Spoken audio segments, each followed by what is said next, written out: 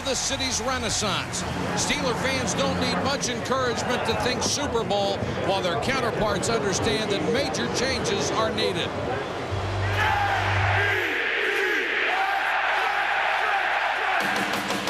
A return to the playoffs may depend on a healthy Testaverde finding his weapons. Testaverde back, looking, throwing, touchdown! Win on 3, 1, 2, 3. Or the tenacious running of Curtis Martin. Keep running the train! Keep running, ball. That can't stop us! Last season, the Steelers fell just one win short of the Super Bowl. 1, 2, 3. Now, with a healthy bus, a ferocious defense, and Cordell building on last year, the Steelers are the team to beat in the AFC. Bring it on.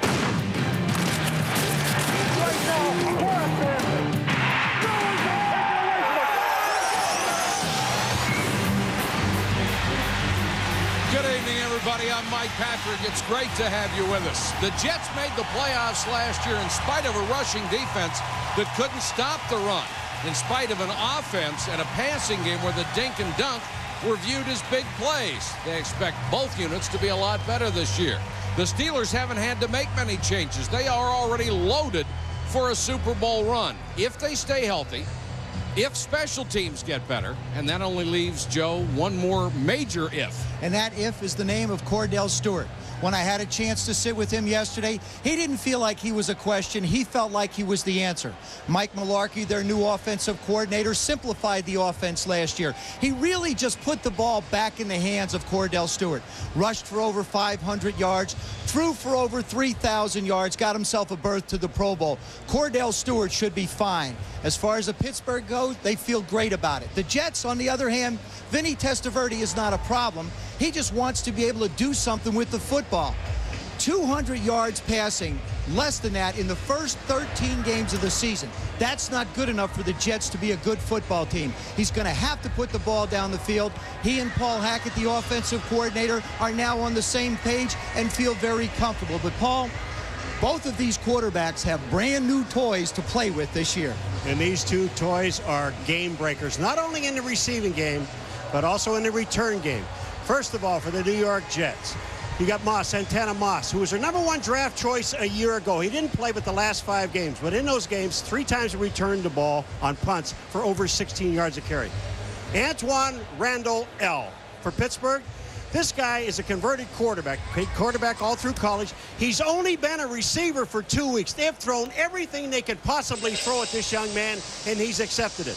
If he has one little drawback, it may be that they're going to have to learn how to calm him down, and I think they can do that. All right, thank you, Paul. When we come back, Susie Colbert will join us, along with Slash, the Steelers' Cordell Stewart.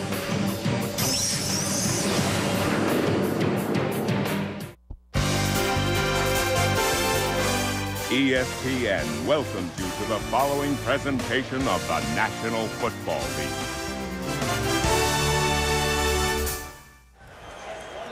Welcome back to Heinz Field in Pittsburgh. We have the Jets and the Steelers. Cordell Stewart made the Pro Bowl last year in the kind of big play season he hadn't produced since 1997. He's with Susie right now. Well, Mike, everybody wants to know if those 2 years are a fluke. So what are the factors that contribute to your success? Well, just hanging in there, you know, and just being poised and patient and waiting for the right time to come. And when Coach Mularkey came aboard along with the rest of his crew and, you know, the addition of a few guys on offense, it allowed me to actually go out and play and perform well. And especially when you're taking my talents and using it to the best of the offense's ability, I think it's going to allow us to have some success. Now, last year you gave the league a wake-up call with a passing game to complement the running game. So how much more spirited has that made practice against the league's #1 defense? Oh, it makes it very spirited. I mean, they get kind of frustrated because they're so used to beating our butts. But, you know, now Coach Mularkey has things to a point where he has certain guys in position to make plays, comfortable making those plays. And, you know, including myself, it starts with me. And when you have that, I think you're going to have an exciting offense, and that's what we have.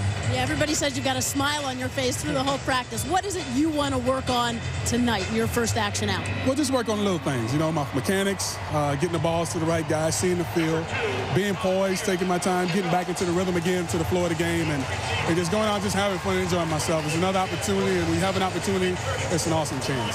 Have a blast tonight. Thank you. Mike?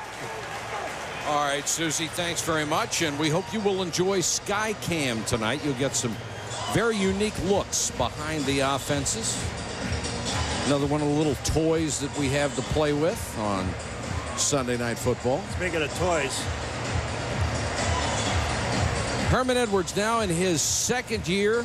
Got the team in the playoffs as a rookie, longtime defensive coordinator, highly respected around the league, as is Bill Cowher, who now has the longest tenure of any single coach in the National Football League.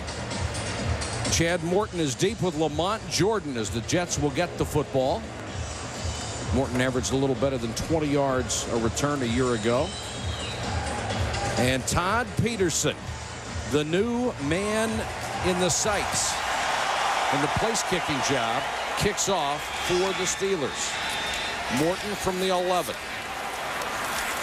Taken down as he reaches the 30.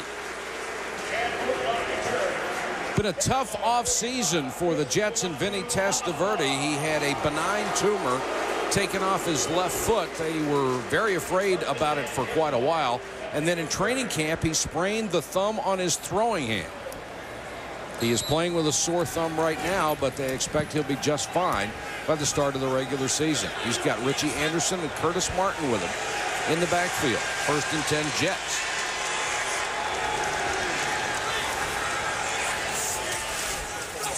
Testaverde to throw on 1st down. Lavernius Coles bobbled it, brought it back in, and takes it to the 45-yard line, a gain of 15. For the Jets to be able to come out and throw the football effectively will only help the running game with Curtis Martin. It's something they struggled with all year. Part of it had to do with the fact that Vinny Testaverde was learning Paul Hackett, the new offensive coordinator's systems. Vinny is much more comfortable this year.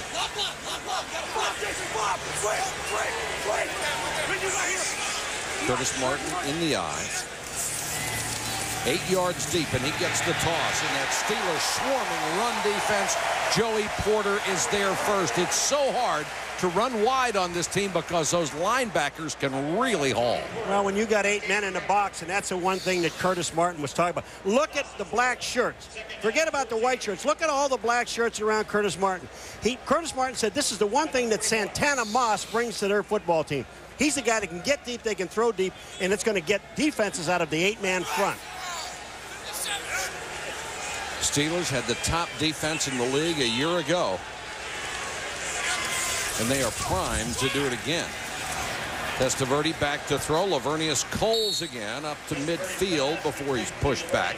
So it'll bring up 3rd and 5. Chad Scott, the former #1 pick at the left corner, was there. And it really doesn't look like Vinny has any problem at all with that thumb. As a matter of fact, he told me it's the swelling in the thumb that's the problem. As he works out, does a nice job of setting and fires it, got it on a rope, still can throw the football at 38 years old.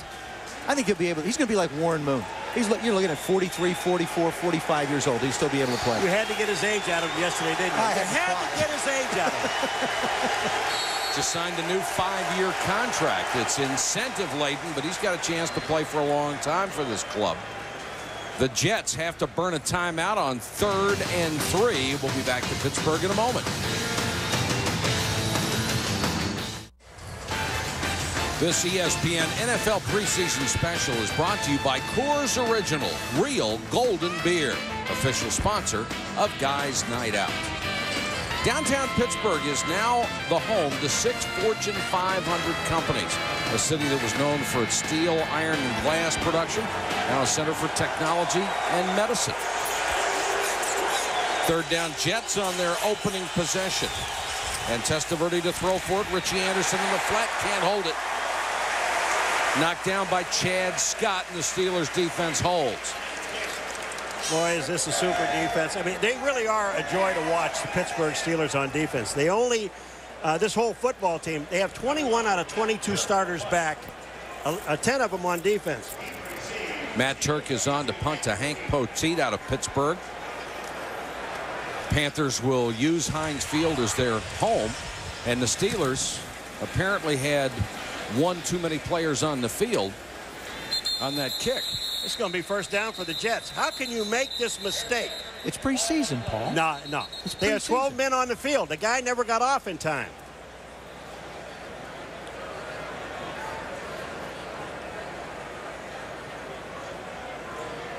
That's a 5-yard penalty, and it'll be a first down. Kind of mistakes that plagued special teams a year ago for the Steelers and cost them the AFC Championship game. Illegal substitution. 12 men. Defense. 5-yard penalty. The result of the penalty is the first down. That was the last thing that the Steelers worked on yesterday at Latrobe before they came back, with substitutions in the special teams and also on the other units. And there's the man in charge of the offense for the Jets, Paul Hackett, in his second year as the offensive coordinator. Spent a lot of time with Vinny Testaverde trying to get into each other's head. And he admitted they felt their way with that new offense last year and were very conservative with it. Anderson, or check it, it's Curtis Martin out in the flat. This is how that offense wound up being so conservative. Look at 10 or less yards completed, 155 of them, 11 to 20, 72, but go all the way down. 41 or more passes, zero over 41 yards. That is something that they really want to work on this year. And with Santana Moss and Lavernius Cole really in his sophomore season, they should be able to press the ball down the field. Santana Moss is a true burner and healthy for the first time in his pro career. Testaverde, short set. Deep throw and incomplete, intended for Coles, covered well. I think just the fact that they're taking shots have to make Jets fans happy. Absolutely. Well, if I'm going to take a shot, I'm going to take a shot with Santana. I'm going to send him down. Well, there he is, everybody. Last year's #1 draft choice out of Miami. Lost most of last year because of knee injuries. Caught only 2 passes in 5 games at the end of the season. The only problem is the ball's at the 42. You got to throw it on the one-step. He's gone.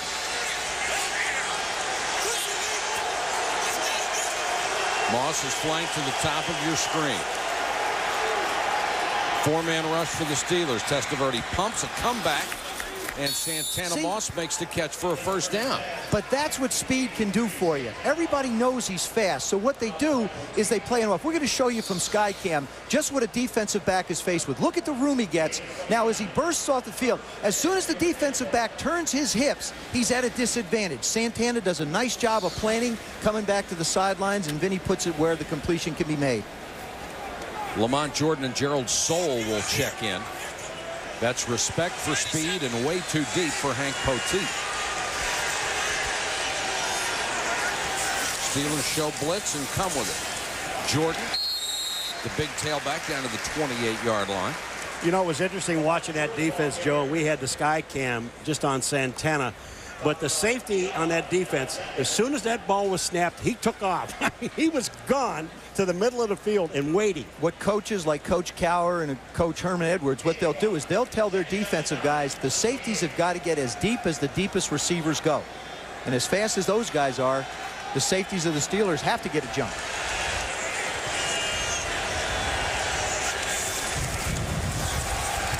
Testaverde with excellent protection. Down to the 22 goes Soule, and he's taken down by Kendrell Bell. What a set of linebackers. Gilden, Fiala, or Ferrier, Bell, and Joey Porter, the sack machine. How about this? You lose a linebacker, Holmes, in the offseason. So who do you get? You get Ferrier, who was the second leading tackler in the National Football League last year. And Fiala, and they're in a battle for the job. I know, it's amazing. They have done an exceptional job of signing their own players to long-term contracts, something the Steelers had not been known for a long time. It's because of the new field. Nice play action fake by Testaverde, and now Vinny's going to run and dive to the 15-yard line. You won't see a whole lot of that. Oh, wait, Michael, let me just tell you yesterday about the meeting with Vinny Testaverde. And old Joey put his foot in his mouth again. He says, you know, you're not like the other quarterbacks that run. You can't run. In the West Coast offense. The West Coast offense. Wait a second. And Vinny's looking at him, and you want to see a guy getting a little mad, but, you know, he kept smiling. He said, wait a minute.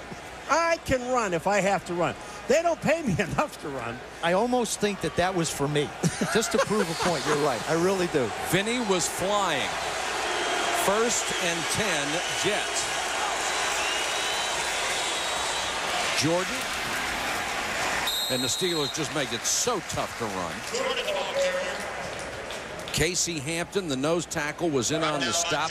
Outstanding as a rookie. They say he's going to be the next Joel Steed, and if he reaches that level, he'll be a great player for them. Well, you know, every one of these guys, we went down to camp the other day. They're all chiseled. I mean, it is just amazing. There's no body fat on anybody in that linebacker spot, I can tell you that. 12th play of the drive coming. Corbett and Swain are the wideouts. Jordan hit in the backfield and taken down by Lee Flowers, the blitzing safety.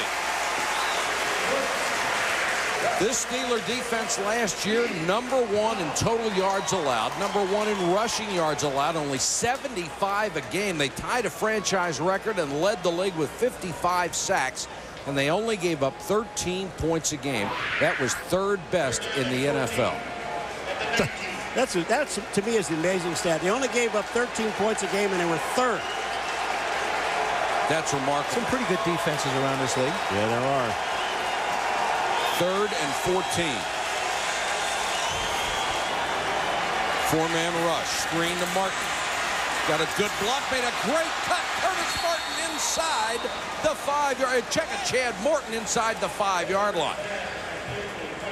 Got one good block and then made a great cut to get free. Now, Chad Morton is a punt returner. And really, when you catch a screen, all you're doing is setting up angles. Now you're making people miss. Watch this. Does a nice job, gets a good block up front, makes one person miss just like he would on a kick return, and picks up the essential yardage. Good hard run by Morton. And now it's 1st and goal just inside the 3. Boy, here's something not many teams have done against this Pittsburgh Steelers first team. They had the ball for 7.5 minutes. Lamont Jordan lowers his head and close to the goal line. But that one mistake on special teams, Joe, which was nemesis last year for this team, that one mistake, 12 guys on 4th down, and they give them the ball back. Bill Cowher watching something he doesn't see very often, his defense with their back against the wall, and the offense didn't create a turnover to get them there. 2nd and goal from just inside the 1. Jordan dives, didn't make it. Bodies flying at the point of attack.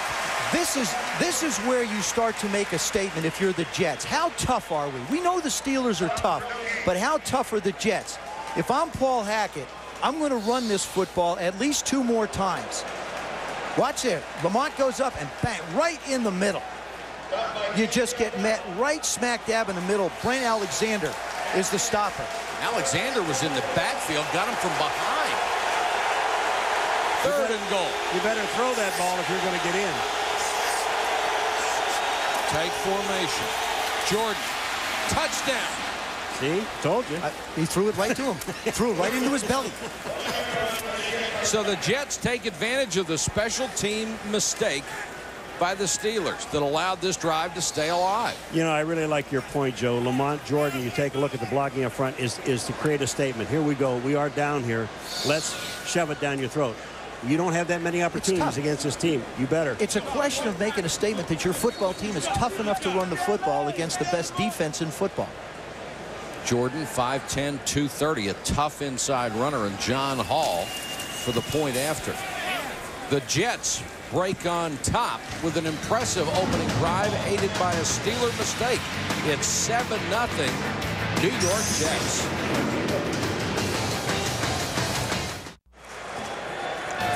Monday Night Countdown, 7 p.m. Eastern on ESPN, the best place to get ready for the NFL season with all the news from training camp.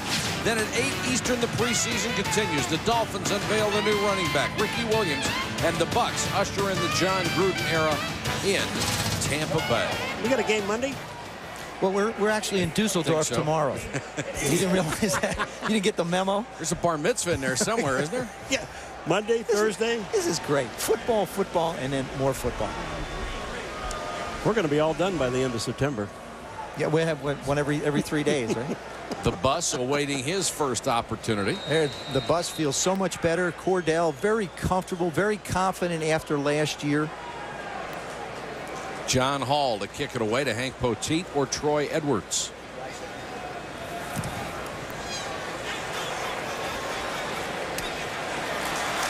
Poteet on the return. Taken down at the 33. The bus is ready to roll. 6:17 to go. First quarter in Pittsburgh. 7-0 Jets.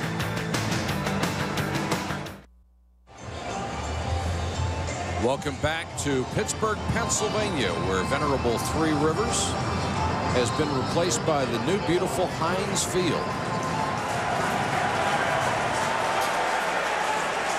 Two tight ends set for the Steelers as they come out for their first offensive play. Bettis the single setback.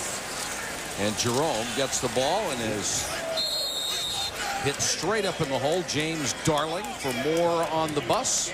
Let's go to Susie. Mike, as you know, Jerome struggled with that lingering groin injury for most of last season. He allowed himself time to heal in the offseason, in fact, longer than some would have liked, but he felt he really needed it. Then he worked with renowned track coach Bob Kersey, focused on his strength areas, the core area, and his abs and his hips, and he says he's feeling great now. He's all smiles, always is. The guy has a wonderful attitude. Cordell to throw. Underneath and completes his first pass to Plexico Burris. Darling and Marvin Jones for the Jets on the stop. Plexico wound up losing about 5 yards. That's, you know, and you have to understand, he's still a young receiver. He makes this catch, and he tries to come around and circle the corner, and all he does is wind up with a 2-yard gain instead of a 7-yard gain. And a couple of linebackers hit him. They weren't defensive backs. If I'm going to go someplace, it's not going to be where the linebackers are. We'll go where the little guys are. Edwards and Antoine Randall L., the rookie. Committed wide receiver. Zaraway is in at running back. Four-man rush. Stewart under some pressure and throws complete. Antoine Randall L., the former Indiana quarterback. Boy, watch what he does to Mo Lewis. I'm going to tell you about, you talk about how much this guy has scratched in 2 weeks. He's only been a receiver. Watch him get open. He comes down in it. There's Mo Lewis. Watch this. Now watch him move. Right to his right. The opening is there. First down. That's beautiful. See, I think he has a distinct advantage. Having been a quarterback, he knows where linebackers go when he studies defenses, so it gives him a chance to move into the voids. Brilliant triple threat player at Indiana. Really a better runner than he was a passer. Jets come with a blitz. Cordell down the middle. Incomplete drop by Burris. Had his hands on it, couldn't hold it at the 35. Aaron Beasley, one of the two new corners, was there. In fact, his secondary for the Jets, 3 new starters, Beasley, Abraham, and Garnes. I thought Aaron Beasley had a very interesting perspective of playing corner. Now, he's not as fast as, say, an Aaron Glenn or other guys that have been there, but he looks at it this way. He says, make the receivers run at your speed. As long as they're in front of you, they can't get up to full speed and get by you. It makes so much sense. Hines Ward in motion. Bettis trying to go off the left side, and there's James Darling again. Jerome Bettis on the carry. We heard Paul talk about the open of all the new starters. A lot of them in the secondary. You got Sam Garnes in for Victor Green, Aaron Beasley for Marcus Coleman, and Donnie Abraham for Aaron Glenn. And you got 2 corners and a safety. And remember, Damian Robinson returns as free safety, but he was new to this defense last year. And the biggest thing for them defensively is going to be able to learn how to communicate with one another. Robinson came from Tampa Bay. He said this defense reminds him of Tampa Bay. Stewart with plenty of time and deep and intercepted. Picked off by Robinson, the free safety, and Damian Robinson still on the return. Stewart's pass intended for Burris. You know, 22-yard run back. Sorry, Michael, but wasn't that Cordell Stewart didn't have enough time to throw the ball? He did. He just didn't throw it in the right spot. The Jets up by 7 get their first turnover of the game. Back in a moment. The Jets with an early 7-0 lead over the Steelers. They've just had an interception off Cordell Stewart, and that was his problem certainly in the last 4 games last year, including the playoffs, when he had 10 picks after giving up only 5 in the first 14 games.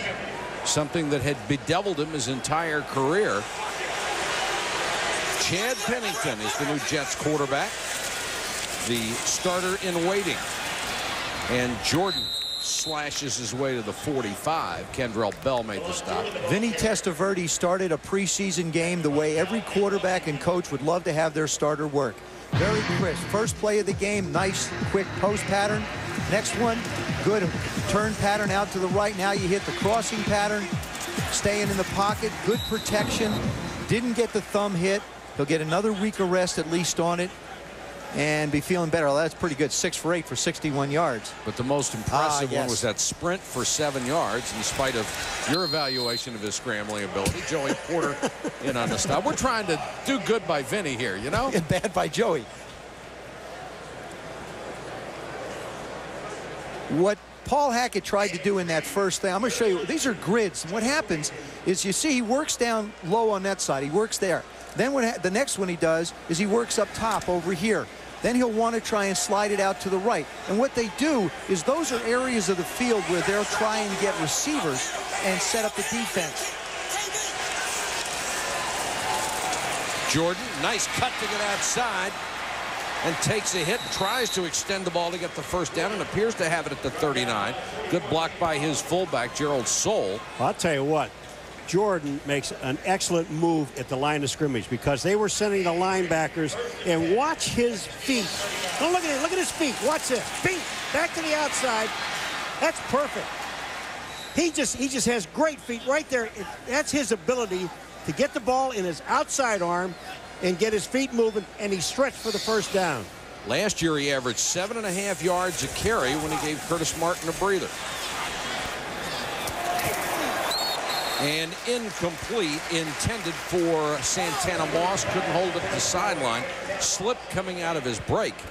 Pennington was a first-round draft choice in 2000. And they say about him that they are just concerned that he won't trust his talent and let it go. And he agrees. He has to make quicker decisions and then believe in them. And that was a case on that pass play. You saw him hesitate just a little bit. You have to anticipate that a receiver is going to be open. You can't wait to see him, because if you see him, he's covered.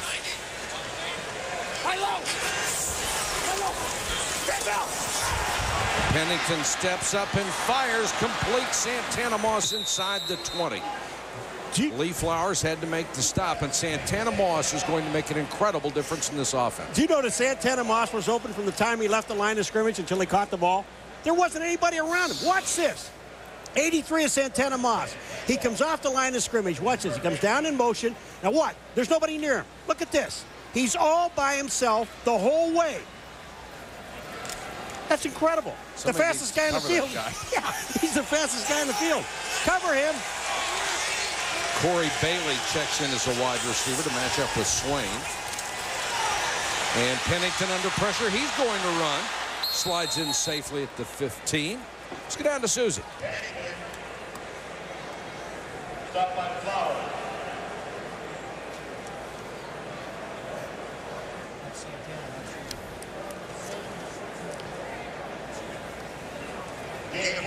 We're having an audio problem with Susie Culver's mic. That is not Susie. That's Santana Moss. I thought maybe Susie dressed out for the game. Didn't want to confuse anybody here.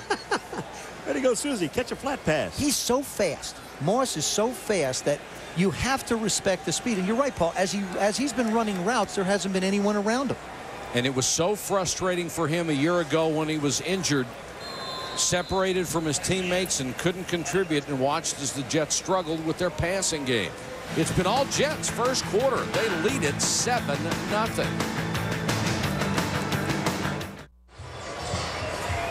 Twilight at Heinz Field in Pittsburgh, where the Steeler fans haven't had a lot to cheer about. The Jets are up 7-0 and driving for more. They've reached the Steeler 15-yard line after a Cordell Stewart interception.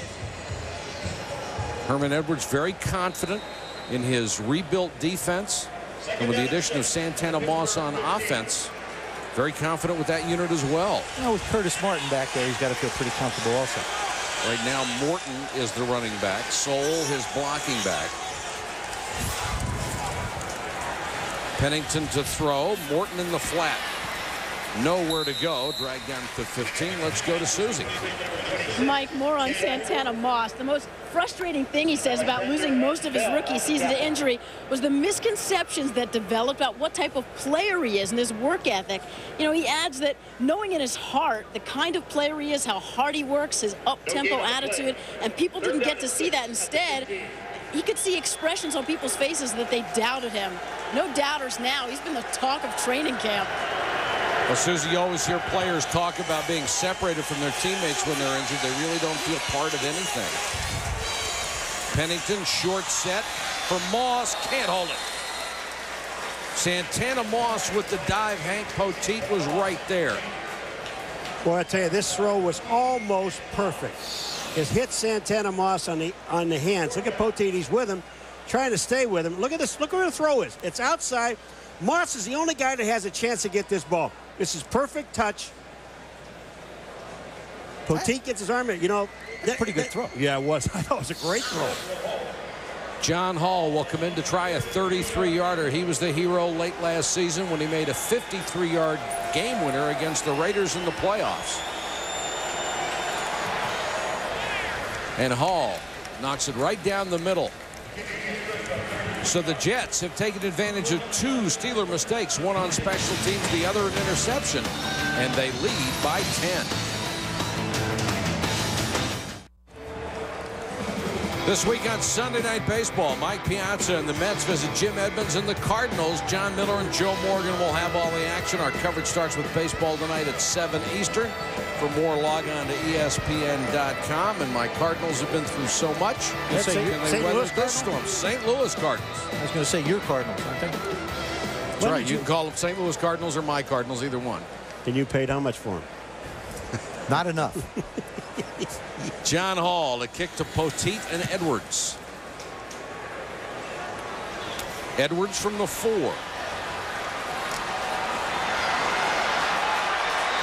And run out at the 25-yard line.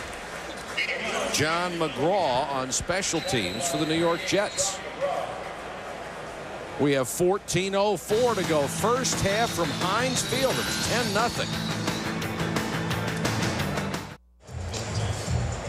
When the bell rings for real at the start of the season, Vinny Testaverde will be trying to improve on 8th all-time in career passing yards. He should easily pass 2 legends this year, Johnny Unitas and Joe Montana. Vinny stands just below 40,000 yards for his career. We'll talk to him in just a moment. Steelers still have their starters in there as we hit the second quarter. You get the feeling Bill Cowher was not pleased with the initial effort. Bettis running downhill, breaking tackles to the 32. Let's go to Susie. She has Vinny. Well, Vinny, I almost hate to ask this. You looked so good in that first series, but how is your thumb?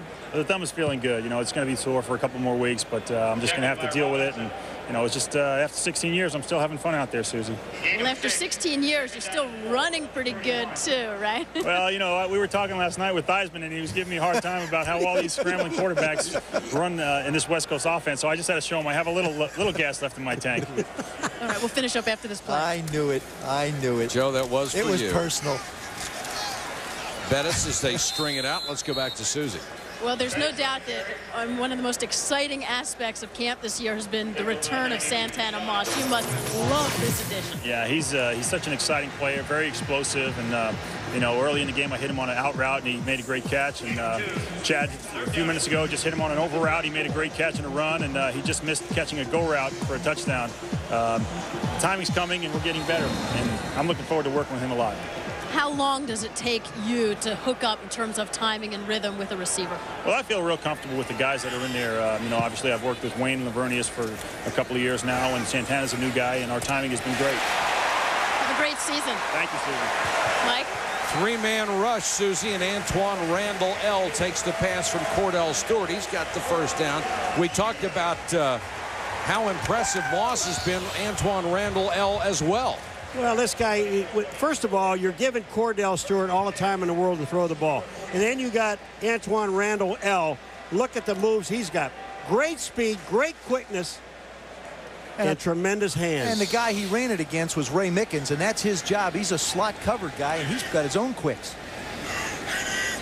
Steelers first down at their own 46. Jets come with a blitz, and Stewart rolls away from it. Cordell on the run. Burris makes the catch and out of bounds at the Jet 41-yard line. What I think gets lost a little bit when you talk about the Pittsburgh Steelers is the newness of what's going on offense. Plexico Burris is really just starting to find himself in his third year. He's a big, tall receiver. He's 6'5", 226 pounds, a big kid. Hines Ward has found himself. And the thing that Hines Ward has made a reputation doing is this, blocking. Look at him come back and make the block. He may be the best in the business blocking downfield for his running backs and other receivers. He just gets after everybody. Stewart again airs this one out. Burris leaping catch at the 1. Ray Mickens was right with him, but Burris at 6'5" went right over top of him. Doesn't this remind you of a game we did in Baltimore last year? Sure does. When he went up over Chris McAllister and did the same exact thing, except that one was for a touchdown. Well, Mickens is sitting here, Joe, and he's waiting on the ball to come down. And Plexico goes up after it. Plexico is so much taller. Look at this. He just goes up in the air. Mickens is trying to wait on the ball and cannot time it perfectly enough. Almost touchdown. 5'8" and 6'5". I think I'll take the 6'5" guy. No contest. First and goal, Pittsburgh. Bettis off the right side. Stacked up and pushed back. Now this is where those 5 guys up front, Wayne Gandy, Alan Faneca, Jeff Harding's the center, Oliver Ross, and Marvell Smith. Those 5 guys, they're the ones that have to root out that Jet defensive line, create some space. And if Jerome has to run over someone, it's got to be a safety or a corner. It can't be one of those linebackers. The space that time belonged to Sam Cowart, who was a great player at Buffalo before multiple injuries. If he can come back, what a boost it would be for the Jets defense. Cordell again, hit the backfield and dragged down. The Jets with a great job as Jamie Henderson came up from the left corner, hit him and held him up long enough to get help. Well, I'll tell you what. He hits Jerome Bettis. Only place you need to hit him. Watch this. He takes him on right in his shoulder pads and does not let his legs get to him. Watch it. Watch where he hits him. Up, and then he rises on him. Just an outstanding tackle. There's no chance for Jerome Bettis to get away from him. Henderson, a second-year defensive back out of Georgia, drafted in the 4th round a year ago. Now 3rd and goal, but they're pushed back to the 2.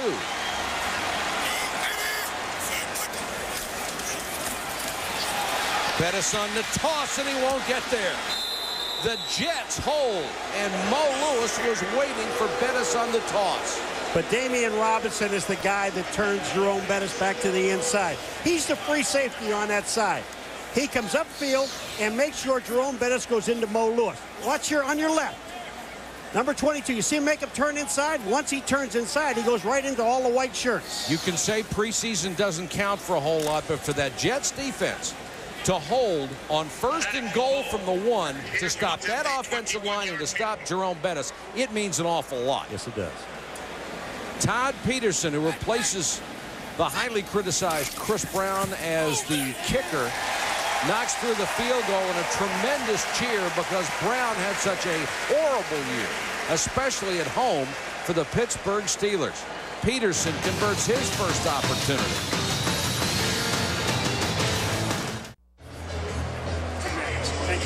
Plexico Burris, who got them down to the 1-yard line and then watched as his teammates couldn't get it in. They had to settle for the field goal. Set career highs in yardage a year ago. Morton from the 5. Hit and spun down at the 22.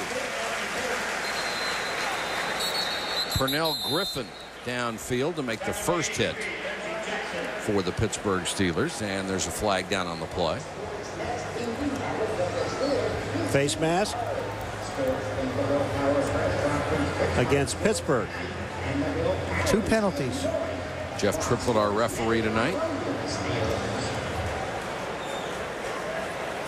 Personal foul, face mask, 81, kicking team, 15-yard penalty, first down. That's Troy Edwards.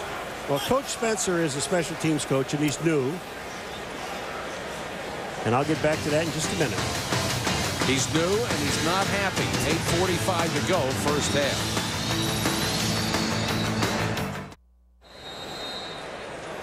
Coach Kevin Spencer, the new special teams coach, he's not happy. He said he moved into his new neighborhood. People said, what do you do? He says, I am the coach, one of the coaches for the Pittsburgh Steelers. And they all said, in a welcoming deal, what do you coach? He said, I coach special teams. And they all knelt down in front of him and made the sign of the cross. They're serious about it here, aren't they? Oh, they are.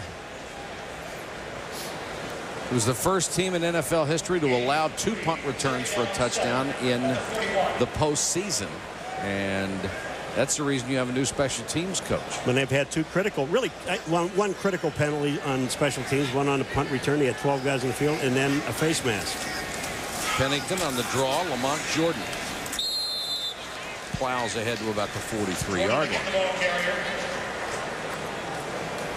Jets have performed very well on offense tonight against mainly the Steelers' first unit. And listening to Herm Edwards rave about Lamont Jordan. He thinks he's the fastest guy. He's got the best hands, he says, on the team.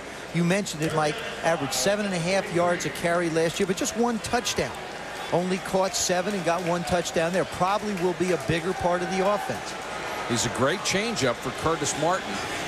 And what a bonus when you can go to somebody like this to give your all-pro a breather. Pennington under pressure, and down he goes at the 35-yard line. Kendrick Clancy, the backup nose tackle, came through to get him. Kareem McKenzie, number 67, got taken to school. Right side, you see him try and make the switch. Didn't work out. And Matt Turk will have to come on to punt, and Pennington never had a chance. Clancy out of Ole Miss, a 3rd-round draft choice 2 years ago. And Antoine Randall L. drops deep for the Steelers. Look out, boys. Returnable kick by Turk. Randall L. from the 21. Takes it back to the 29, a return of 8 after a punt of 42. It's just fun. It's just fun to watch. Everything's moving 90 miles an hour. Another added dimension for a Pittsburgh offense that was pretty good a year ago.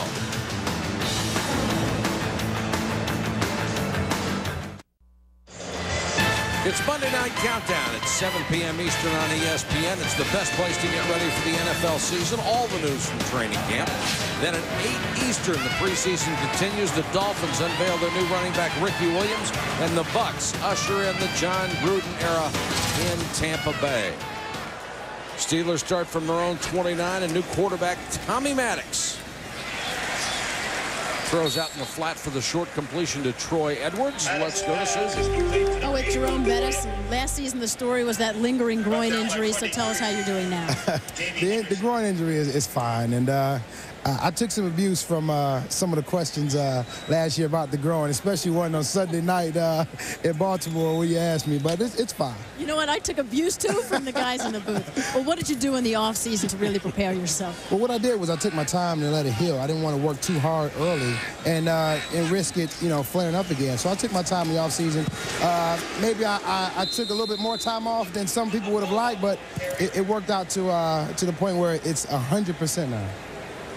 You got a lot of mileage on those legs, and you're approaching 11,000 yards this season. How do you approach things differently now than you did way back when? Well, I take it day by day now, whereas, a couple years ago, I was just so enthusiastic about everything. Now I'm enthusiastic about the day. And so I take it day by day, and tomorrow hopefully that brings better things. But the way I look at it now is I look at what's in front of me. When a team's expectations are as high as the Steelers this season, what are some of the landmines that you know you have to avoid? Well, we have to avoid from a player standpoint, individual players thinking that they can just turn it on and turn it off and just show up and they'll have the same type of performance that they had last year, this year, but it doesn't work like that. You've got to work hard to get yourself back to the point where you were last year. It's not a light switch. You can't turn it on and off. Case in point, you're just a little ticked off right now, aren't you? Yeah, I'm a little pissed off. We had 3 shots on the 1-yard line, and you got to get in. Jerome, thanks. Jerome Bettis, number 12 all-time on the NFL's rushing list. That's the carry for Fulmatu Ma'afala. Active rushers, Bettis number 2 to Emmitt Smith. 10,876 yards, and he was leading the NFL in rushing when he was hurt in the 11th game a year ago. He was just having a brilliant season. You know what I love is talking to him, Joe, when we go to do a Pittsburgh Steelers game, because if you go in the room and you feel bad, you don't anymore. Right, he makes you feel because all he does is smile and makes you feel good. Got one of the best attitudes around. Tommy Maddox. Incomplete. Antoine Randall L. couldn't hold it. Now, Tommy Maddox had been with 4 NFL teams. His career just disappeared in front of him. Then 2 years ago, he tried a comeback by going to the Arena League, then played in the XFL, was the MVP of that short-lived football league. Gets another chance here. He had been a full-time insurance broker, and now he's battling for a job in camp with the Steelers. Mathis and Mays are in. Maddox out of the shotgun and throws that one complete to Edwards for a first down. Boy, you know, this play right here for the first down, Troy Edwards knew exactly where the first down marker was. He got to it. Maddox hits him with the ball. It's a first down. This experience. Take a look at Maddox. He knows where Troy Edwards is going to be. He's at the first down marker. And then when he catches the ball, he leans backwards. Look at this. That is just total concentration on a football. Perfect throw and a perfect catch. You don't lose a whole lot when Fu comes in at tailback. Certainly don't lose any size. Randall L. on the end around. Down to the 37-yard line. This kid just knows how to play football.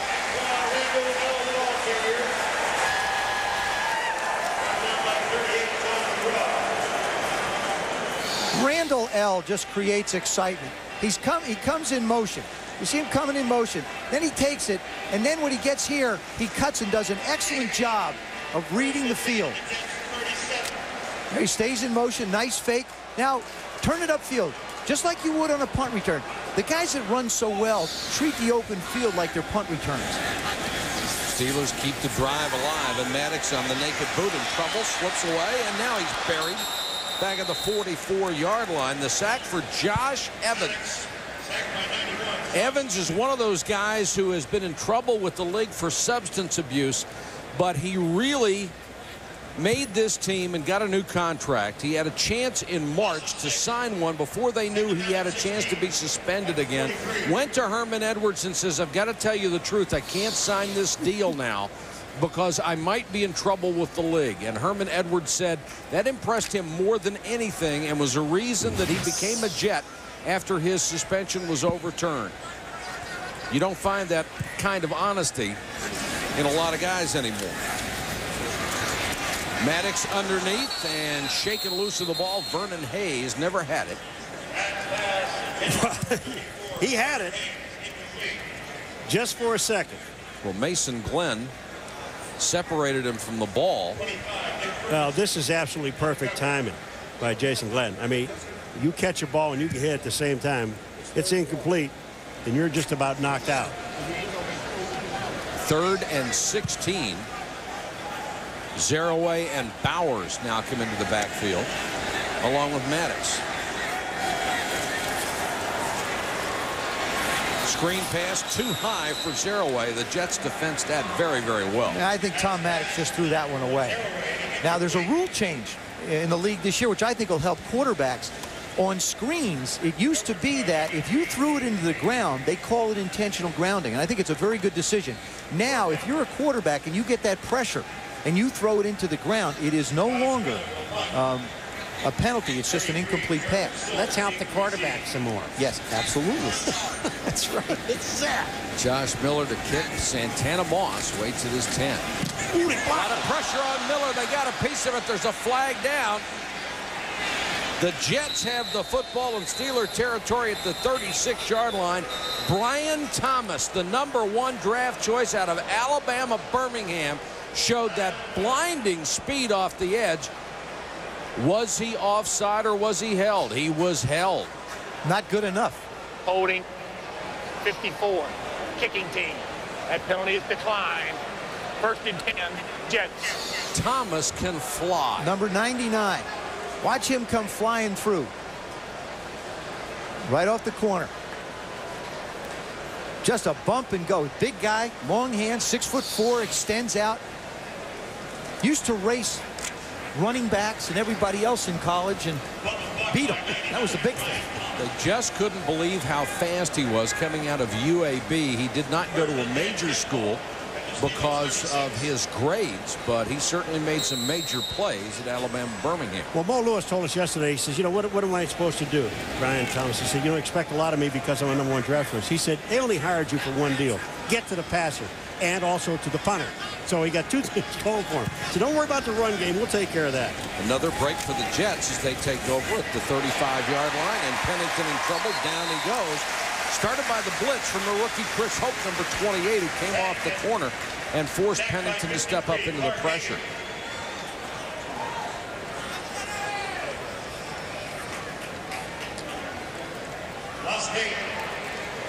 Now the Jets don't have to run a play here. They can wait for the clock to wind down to 2 minutes, and that apparently is what Pennington is going to do. So he'll have a chance to come over and talk to the coaching staff.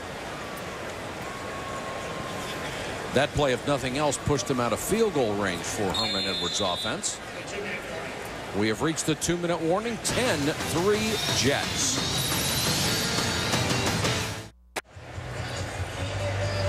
Curtis Martin, one of the finest all-time running backs and all-purpose backs in the history of this game, has averaged 107.5 yards from scrimmage a game. That's 5th all-time on an average basis. Jim Brown, of course, got virtually all of his rushing, 125.5, but Martin in the top 5 behind some great players. And Curtis will be with Susie right now. Well, it's durability and consistency. You can just see from those numbers. What do you do each season to try to reach another level? Well, I believe to reach another level, you have to do something that you didn't do the year previously. So that's my goal. Every year I try to better myself in the offseason because I feel that it'll pay off during the season. What did you do this offseason?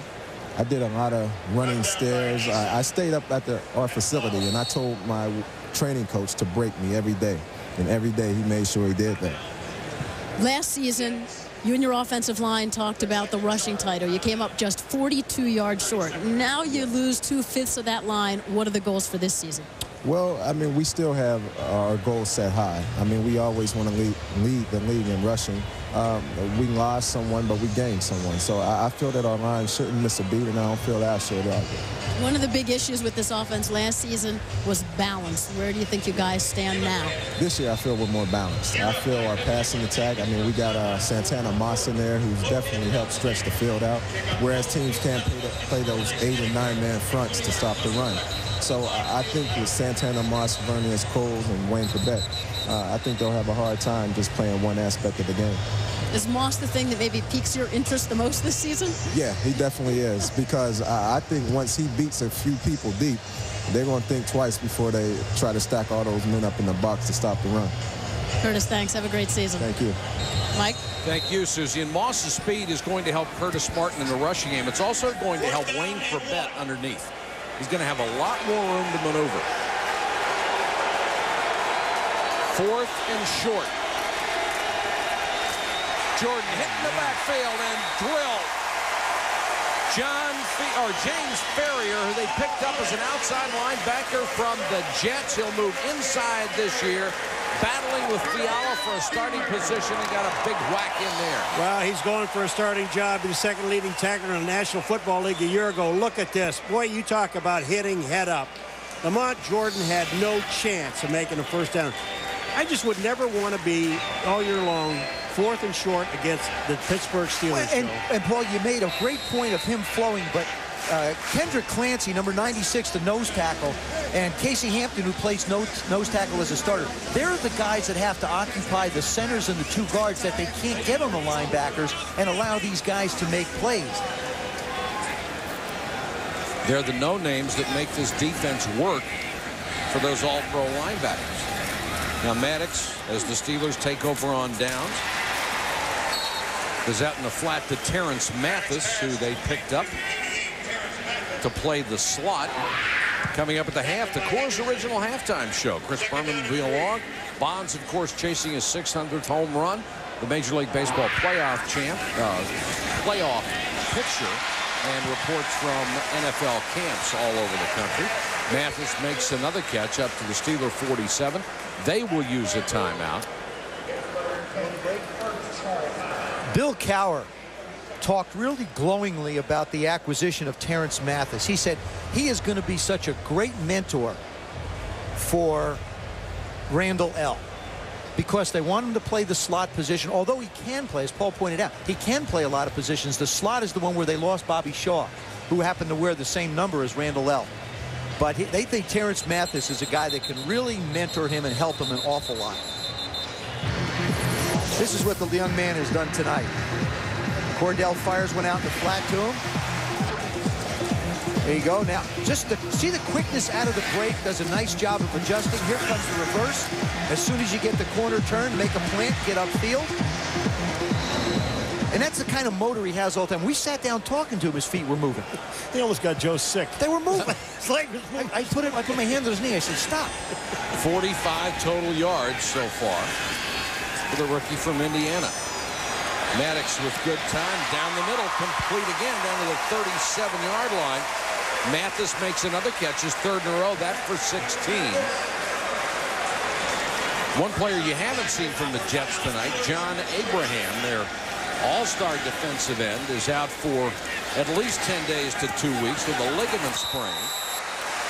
And this one's complete to Lee Mays, and he gets out of bounds to stop the clock with 33. Yes, Paul. Well, you know, Joe, you look at the Pittsburgh Steelers, and they've led the league since '98 in rushing, okay? Then you look at their pass receiving core. Plexico Burress. Troy Edwards. Troy Edwards. Hines Ward. Yep. Hines Ward. Now Antoine Randall L. Illegal motion. 81 offense. 5-yard penalty. Remains first down. Edwards made that mistake. But then, you know, you look at Mathis. Now, here's the guy that really puts all these guys together because he's been around a while, and he can help all of the young people, including Plexico. So this guy, Terrence Mathis, has just been a super addition to this football team. I agree with you totally. He just does so many good things for him. Each of the last 8 years, he's had better than 50 catches. And there is an obvious offside for D'Angelo Lloyd, the free agent out of Tennessee. 74 defense unabated to the quarterback. 5-yard penalty. Remains first down. And that's the first penalty against the Jets tonight. D'Angelo looked at his teammates and said, notice how quick I am?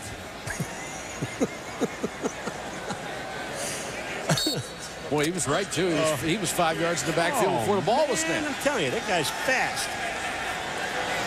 33 seconds to go in the half. Steelers down by 7. Maddox has them driving. Good time again. Goes underneath to Mathis. Stopped just inside the 35-yard line by Jamie Henderson. And another timeout with 26 seconds left in the half. I want to make another point here for another rule change for the fans to look for. In the past, previous to this year, if a quarterback was sacked, the clock would stop, and then they would restart it. If a quarterback gets sacked now, the clock is going to continue to run inside of 2 minutes at the end of the half, at the end of the game. So it's actually finally, Paul, the defense is finally going to get a little bit of a break so that the clock can keep on running if they want to stop people. Who are you talking to? You always say it's the offense that gets breaks. Who are you talking to? Just point it out to you. In effect, what would happen, the defense was penalized for a sack because it allowed the clock to stop. 4 plays on this drive so far. All the passes have gone to Terrence Mathis. And Todd Peterson, who is their new kicker this year. He's kicking into the closed end of this stadium. And I'm going to tell you something. Every kick he makes is very important. I don't care if it's preseason or not. He gets a standing ovation on every one. Of course, the harsh winter winds have yet to blow in this stadium. Maddox. Ball comes loose. Looked like a catch and a fumble. The Jets have it at the 15-yard line. Lee Mays had it, but Kelvin Moses knocked it loose. And a perfect strike from Maddox. I think Lee Mays, once he catches this ball, thinks he's going to be able to get into the end zone, and he doesn't protect it. He's open, he makes the turn, and just gets popped. on the backside by Nick Ferguson, number 25. He's the one that knocks the ball loose. Wow. I'll tell you this, you talk about perfect timing. Watch, 1-2 steps, and then wham. He hits right on the ball, and the ball comes out. Looked like a catch. He coughed it up, and the Jets have it with only 17 seconds to go in the half, and now they may be challenging this from the replay booth upstairs. Doesn't make any difference. Plexico Burress saying to him, let me explain how this works, son. When you catch the ball, someone's going to hit you. What they're 3 feet down. What they're going to be looking at, what they want to look to, make sure he's got 2 feet down and being able to make a move after that. Personally, I think it's a moot point.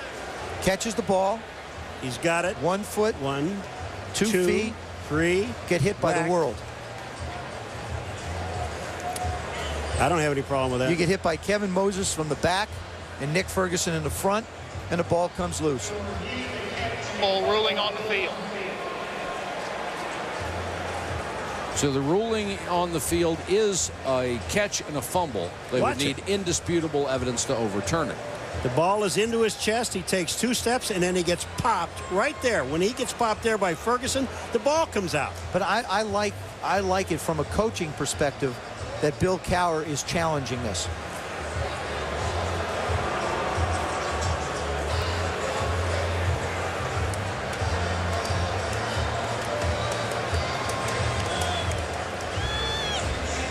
Well, they used to put their head in there. Now they must smell bad in there.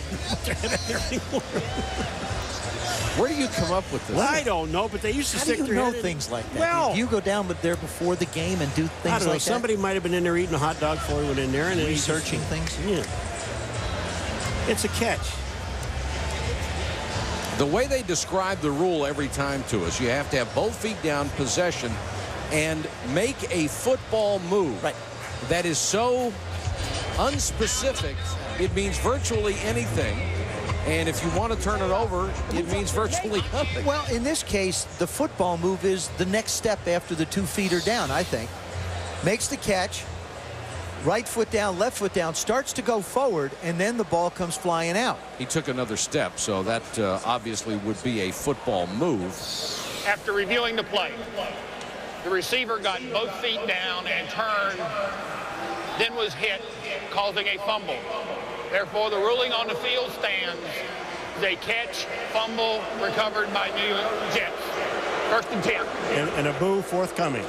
Perfectly interpreted, however. Yes. The football move in this case was the turn. This is another thing you have to practice in preseason. The kneel down, kill the game, kill the clock move.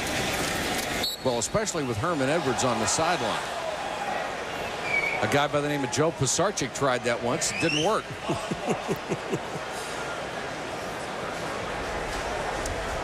That is going to be the end of the first half, and it was mostly Jets as they lead it 10-3. Let's check in with Susie.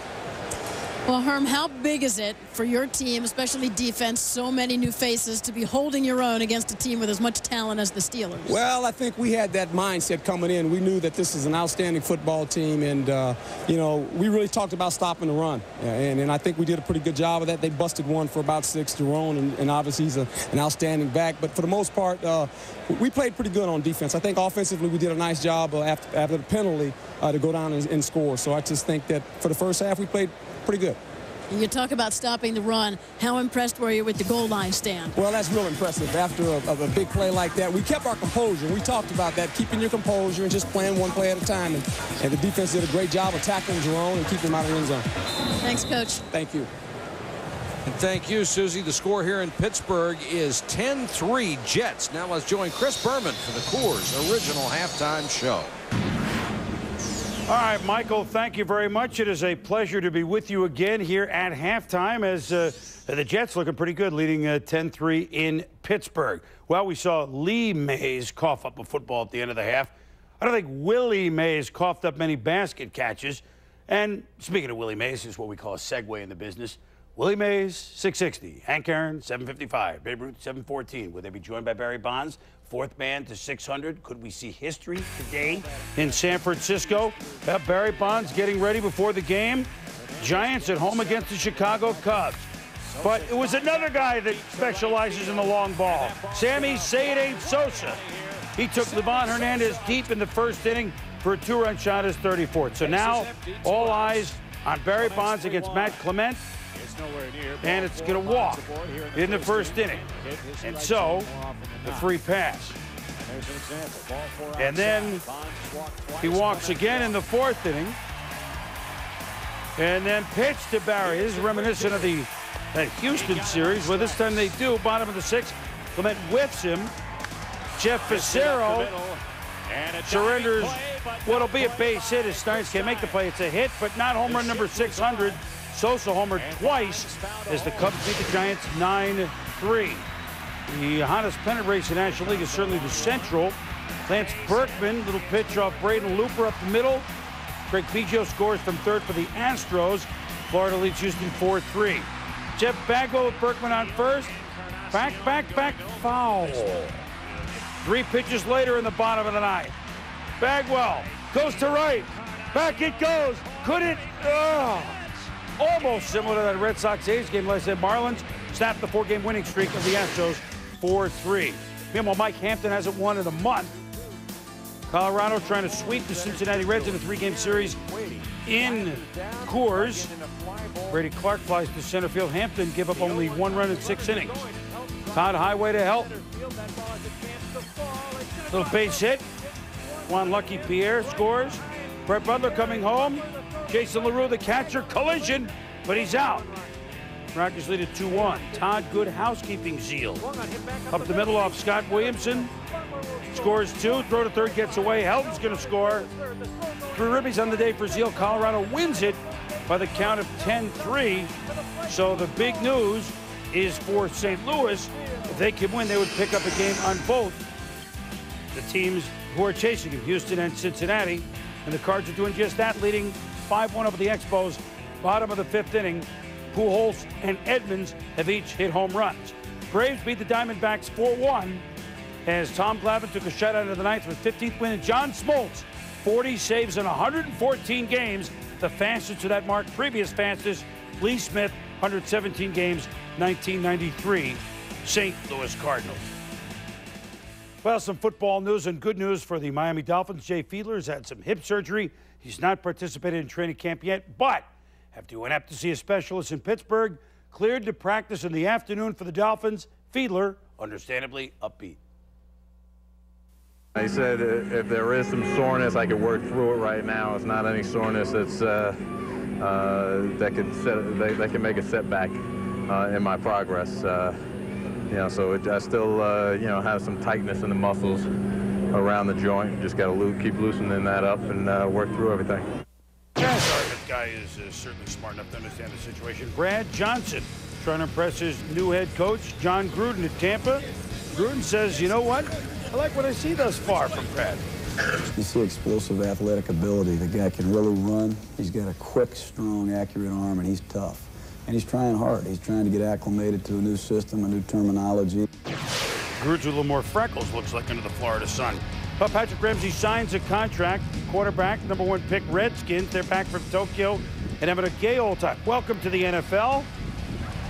This is the deep post pattern for Ramsey. Well, I guess it's nice to be accepted somewhat, huh? It's going to last about as long as the holdout, so we'll see.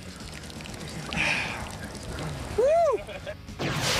Meanwhile, in Dallas, or the Cowboys practicing the Alamo Dome, and Richmond Flowers makes the catch. Derek Ross, new guy out of Ohio State, makes the hit. Flowers takes exception, and everyone goes. This is nobody flagged for piling on. You hate to see it, but maybe as a head coach, Dave Campo, quietly, shh, don't tell anyone, but it's not the worst thing that ever happened. Guys fired up. Coach Campo doesn't want to see everybody fighting out here, but you got to have a nastiness about you and come out and compete. And if someone pushes you around, hit them back. Make sure that they don't do it again, and if they do, just react the same way. Those little guys, they don't, it's not much of a fight. They just kind of wiggle each other around, and they talk. It's all talk. It's more verbal abuse than physical.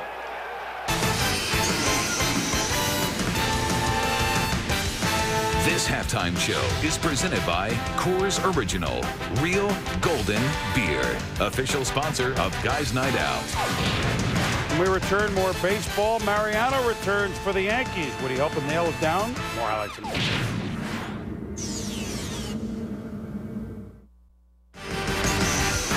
Welcome back to the Coors Original Halftime Show with your host, Chris Berman. 10-3 Jets at the half over the American League, where yesterday Roger Clemens' big return for the Yankees. Today was Mariano Rivera's turn to return in front of 55,000 at Yankee Stadium. Bobbleheads, Yankees against the Royals, and Paul Bird has had a heck of a season. His head was bobbling because the Yankees went deep 3 times. This is Mondesi's 22nd. Soriano also at his 28th. Ventura also homered. And a little defense for the Yankees as well. It comes at the top of the 4th. He Pettit pitching. And look at Rondell White. Makes the grab. Front of the monuments, front of the fans.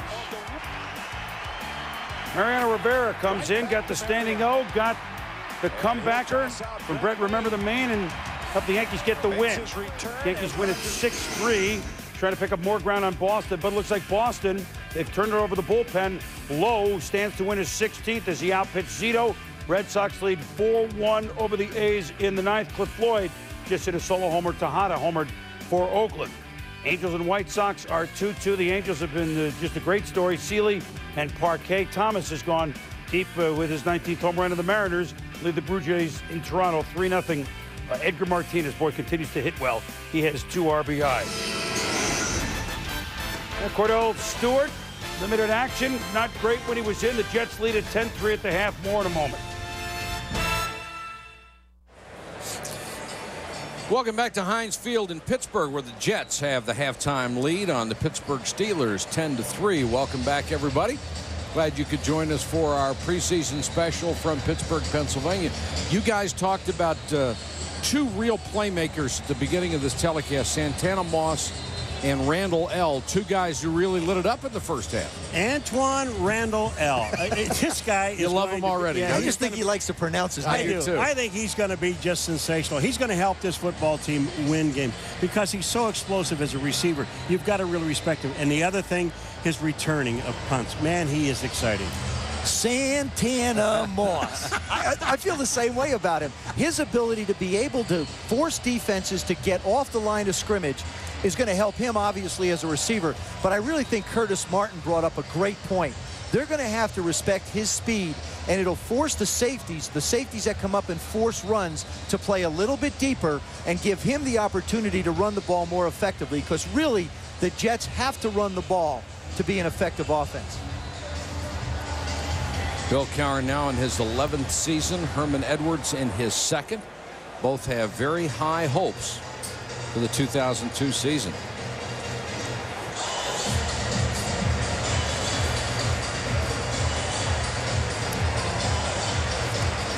I thought Tommy Maddox did an excellent job in that 2nd quarter when he had a chance to run the ball club. He doesn't give you the same yards running the football out of the quarterback position with Cordell, but he ran this offense very efficiently. Steelers 159 yards in the 2nd half, really stepped it up, but did not score except for the field goal. Had the one big pass play to Plexico Burress to help that. Danny Boyd to kick. Peyton Williams on the return, slips a couple of tackles and taken down at the 23. Let's check in with Susie. She talked with Bill Cowher. Well, Bill, I think one of the things we were all anticipating was the debut of Antoine Randall L. How impressed were you? It looked like it was practice out there. I mean, he's an electrifying guy, Susan. I mean, he's a guy you look at and get the ball in his hands. He can make people miss. You see him make 2 people miss right here. You know, he's going to help us a lot. I think you're going to see here, even this punt return, he's going to make some big plays for us this year. Coach, thanks. Mike? Really, all the Steelers needed another weapon. And he is a weapon. Maddox starts the 2nd half, gives it to Amos Zaraway, who had a chance to strut his stuff a season ago. Zaraway out to the 26. Had a tremendous scare this summer He wasn't feeling well. They went to the doctor and took an MRI and other diagnostic tests. They found a spot on his liver, and everybody thought it was cancer, including him.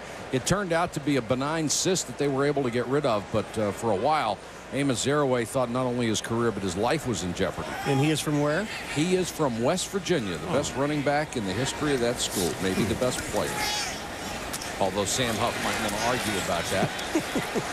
Corey Geeson, the tight end, making things happen on the short catch from Maddox. One other point regarding Amos Zaraway, Mike, is that training table on Tuesday when I had a chance to visit with him a little bit after. He walked by and he said, now be sure and make sure you get it right. I'm from West Virginia. I'm not from Syracuse. And I said, don't worry about it.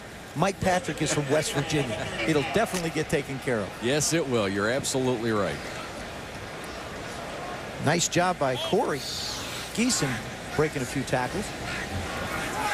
They're pretty well stocked at tight end as this club as well. Zaraway across the 35 to about the 36, and the Steelers have Mark Bruner back healthy and ready to go. Maybe the best blocking tight end in all of football. When he was hurt down the stretch last year, that really handicapped him. And you look at the numbers, you think of Chris Fuamatu-Mahafala, Jerome Bettis, and Amos Zaraway. Zaraway gives you a nice change of pace. He's the smaller of the guys. He averaged 5.2 yards a carry, picked up over 400 yards for him. And he's the one that they can sprinkle in just to make the quickness, get outside, and get on the edge of this offense. 2nd and 9 from the Steelers, down by a touchdown as we start the second half. Maddox with the short set and the short completion, and Antoine Randall L makes another catch. Jamie Henderson is right there. Randall L went to Indiana, played for Bobby Knight. So what was the thing you learned from Bobby Knight? He said discipline. He said we were supposed to get ready at a certain time for practice. We had to do all our stretching before. Once coach started practice, if you even looked like you weren't loose and you were trying to loosen up, you were gone for the day. See you tomorrow. You have certain responsibilities under Mr. Knight. One is to do your own job and not count on him. He's got plenty to do. Maddox on 3rd and long. Floats it, a great catch. Terrence Mathis adjusted beautifully to the ball in the air. Jamie Henderson with a stop. There is a flag down, however. I'll tell you one thing. There aren't many receivers in the National Football League or anyone else. This is a motion penalty against Pittsburgh that can do what Terrence Mathis just did. He turned and looked away from the ball and made the turn and comes back and catches the ball. I mean, tell you, this guy has got outstanding hands and total concentration. Look at this. He turns his back to the ball and then comes back and catches it. A lot of times you never find it again. Well, Exactly. I'll make one other point. Tommy Maddox put enough air under that ball, threw it away from the defender to allow Terrence to be able to make the play on it. Good execution by both the quarterback and the receiver. Unfortunately, it was for naught. Penalty moves them back to 3rd and 8. And not a lot to cheer about for Bill Cowher offensively.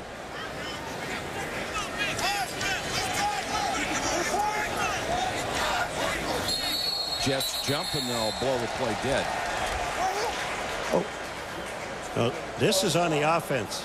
Number 8, 5-yard penalty.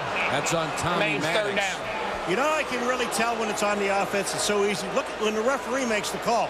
He's the guy standing behind, so he's really not at the line of scrimmage, but he sees something and the offense moves. He's going to make that call in a heartbeat. All you have to do is look at Bill Cowher's jaw, and he'll tell you the same thing. Well, he's telling somebody you're wrong. Telling the referee. No, don't tell him. He doesn't care. He's not wrong. Now 3rd and 13. 4-man rush.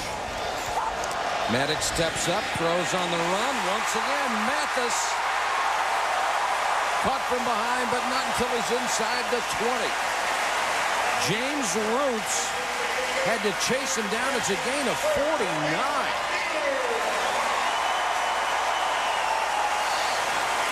Terrence Mathis does a nice job. What he's going to do, he's going to come across and be able to get back down deep. That's going to be the key. He's going to be able to get deep behind the defense. Tommy Maddox does a nice job as he continues to want to go up. There it is, outside receiver. I had the inside, my bad. You see him come inside and keep on working. Zaraway off the right side. Nice spin, couldn't quite get away, taking it down at the 21-yard line. A loss of a couple. Jay Brooks, the free agent rookie out of Texas A&M, made the tackle. The one thing that I like that Terrence Mathis did on that play, Joe, is that when he saw Maddox break out, he went to the goal line. Going. Yeah, he didn't come back. He went down the other way. One of those little things that veterans do. Exactly. When a young player sees a quarterback in trouble, your natural instinct, let's go back and help him. Mathis has already caught 5 balls for 87 yards in this game. Blitz coming. Maddox hit as he throws. Too far and incomplete. Intended for Troy Edwards, but he had double coverage, and D'Angelo Lloyd was putting on the pressure. Mike Mularkey, the offensive coordinator, really in his second year only. I talked to him at training camp, and he said he's continuing to learn. He's continuing to try and improve himself. And just to give you an idea of the struggles they had last year, Russ Grimm, the offensive line coach, came up to him after 7-on-7 period one day. He said, how did we do? He said, we didn't complete a pass. Russ said, no, I'm serious. How did we do? He says, no, I'm serious. We did not complete a pass. So this offense has come a long way from last year's training camp. Maddox on 3rd and long, steps up, goes to Fuamatu Ma'afala. He's down to the 13, but that will be 4th down and about 4. Jason Glenn with the stop.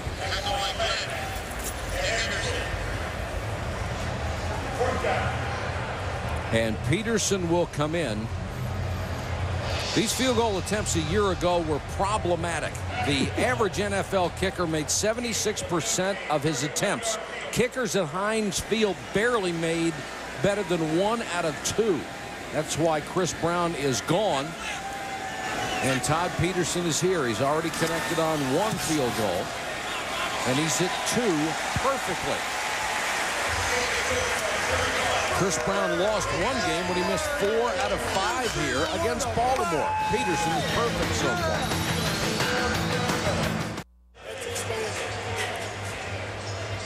Take you back to halftime. Bill Cowher and his new special teams coach, Coach Spencer. And Bill does not look pleased. Of course, there are a lot of times Bill does not look pleased when he actually is. Chad Morton on the return for the Jets. Hit and brought down at the 20. Good special teams coverage by the Pittsburgh Steelers. Nigel Eason makes the tackle. We'll be back to Pittsburgh in a moment.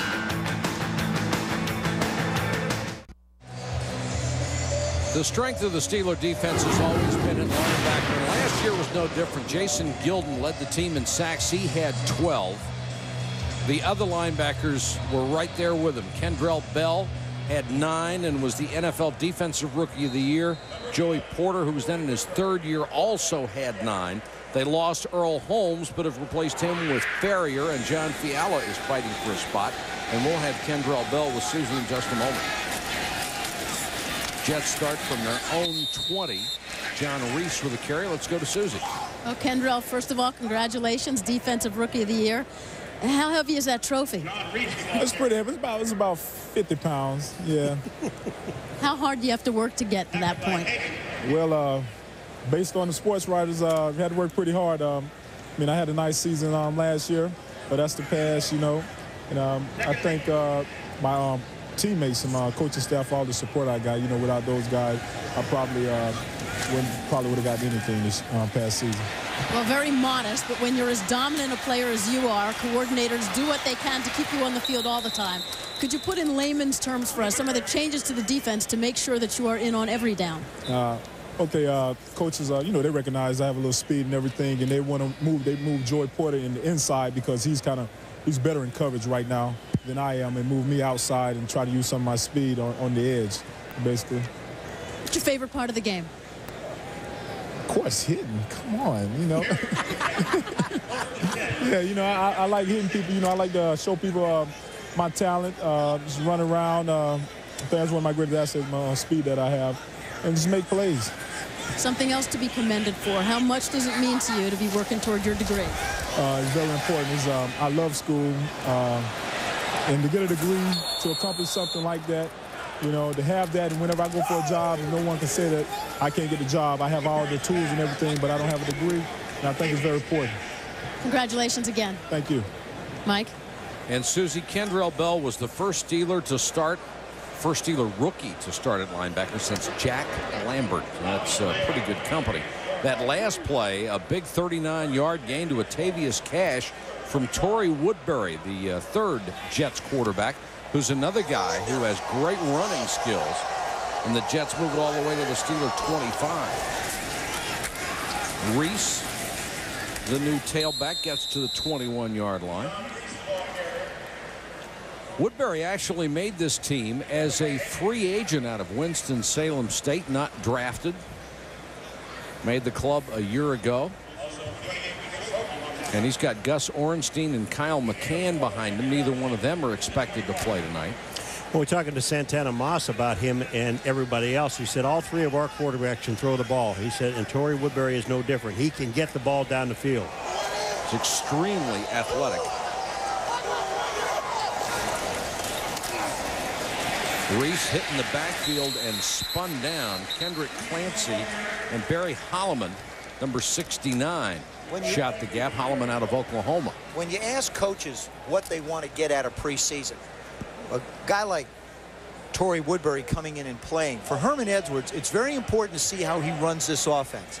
As Paul Hackett calls the plays, how well does he get them in and out of the huddle?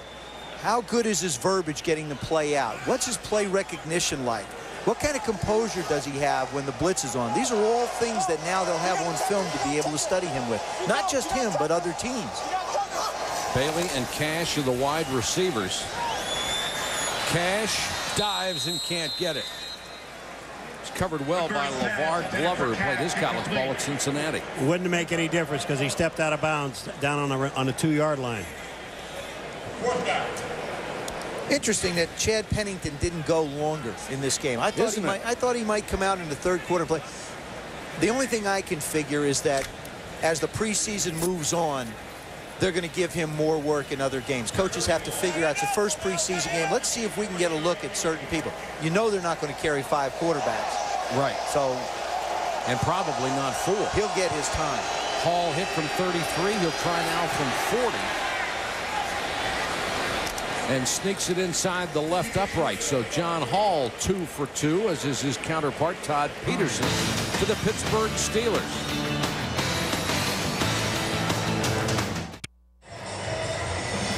This week on Sunday Night Baseball, John Miller and Joe Morgan will have Mike Piazza and the Mets against Jim Edmonds and the Cardinals in St. Louis. Our coverage starts with baseball tonight at 7 Eastern.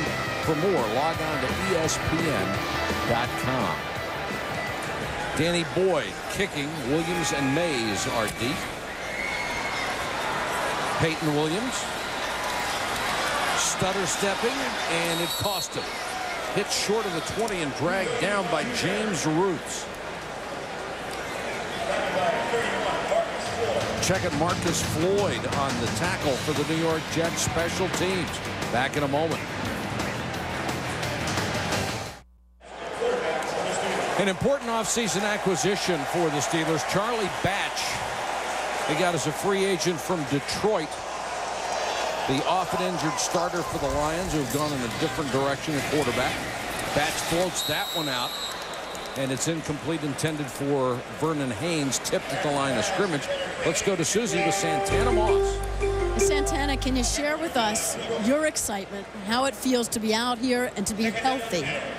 It feels great. You know, it's something that I've been looking forward to. You know, growing up, this is my dream, just to be out here and play football, something that I love to do. And now that I got my health back, I'm just having fun with it.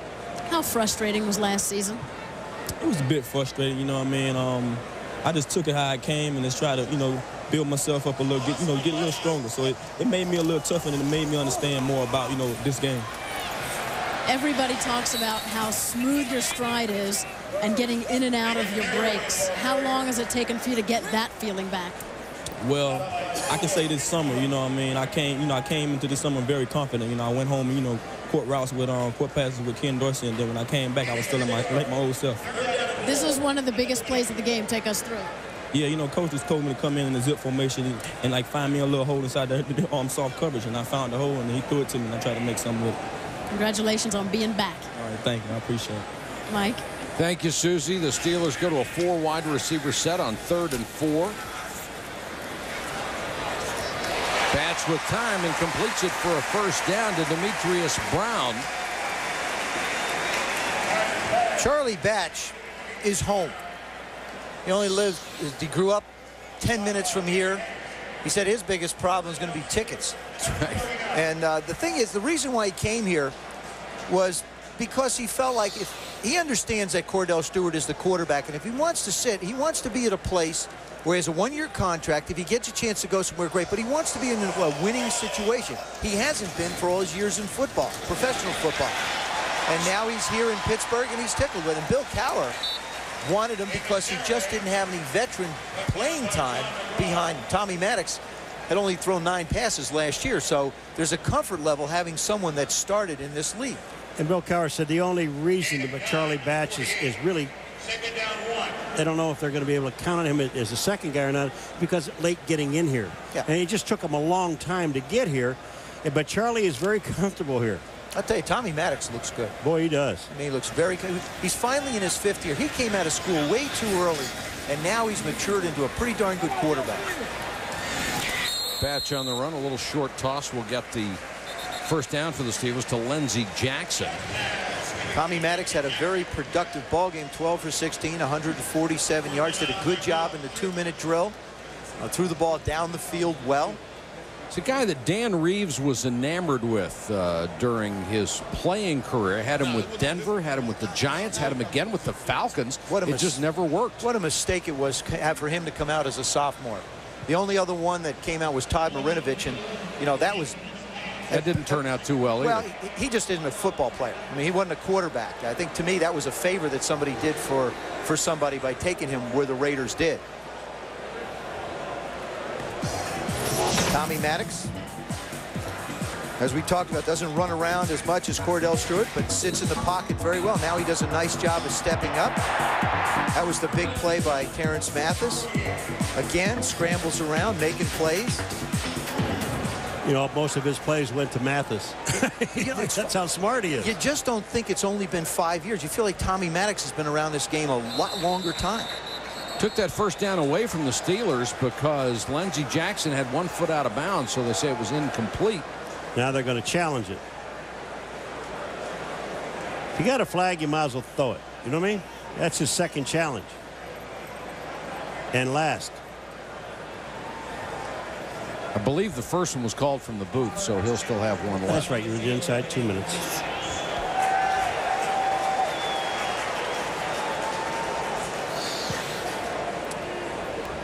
All right, just take a look at here, and they're saying that. Saying his heel hit the line. Yeah, but his toe hits the line inbounds first. I mean, watch. Left foot, toe is in, and then the heel comes down. To me, it's got to be a reception because the toe hits the ground first. It would be like if you know, hung your toes over the sidelines as a receiver. He may have even had the right foot down first. Watch the toe. Step. Right. So again, it's possession. There's the left foot. Got the ball left. Right toe down, and then he steps out of bounds. To me, it's a reception. You're right. Because they say when you're making a catch, get your toes down. Right? He got his toe down. But does one toe equal a knee? Does one toe equal an entire foot? See? Yes. There's the deal. Does one toe equal an entire foot? To a preseason anatomy lesson. Absolutely not. Because I got a bunch of them. Feet.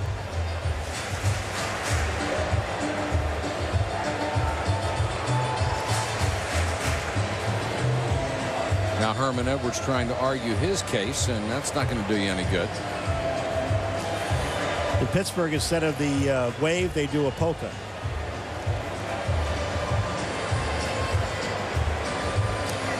All right, the rule is, we've just been enlightened, if the toe hits first and the heel comes down out of bounds, it's out of bounds.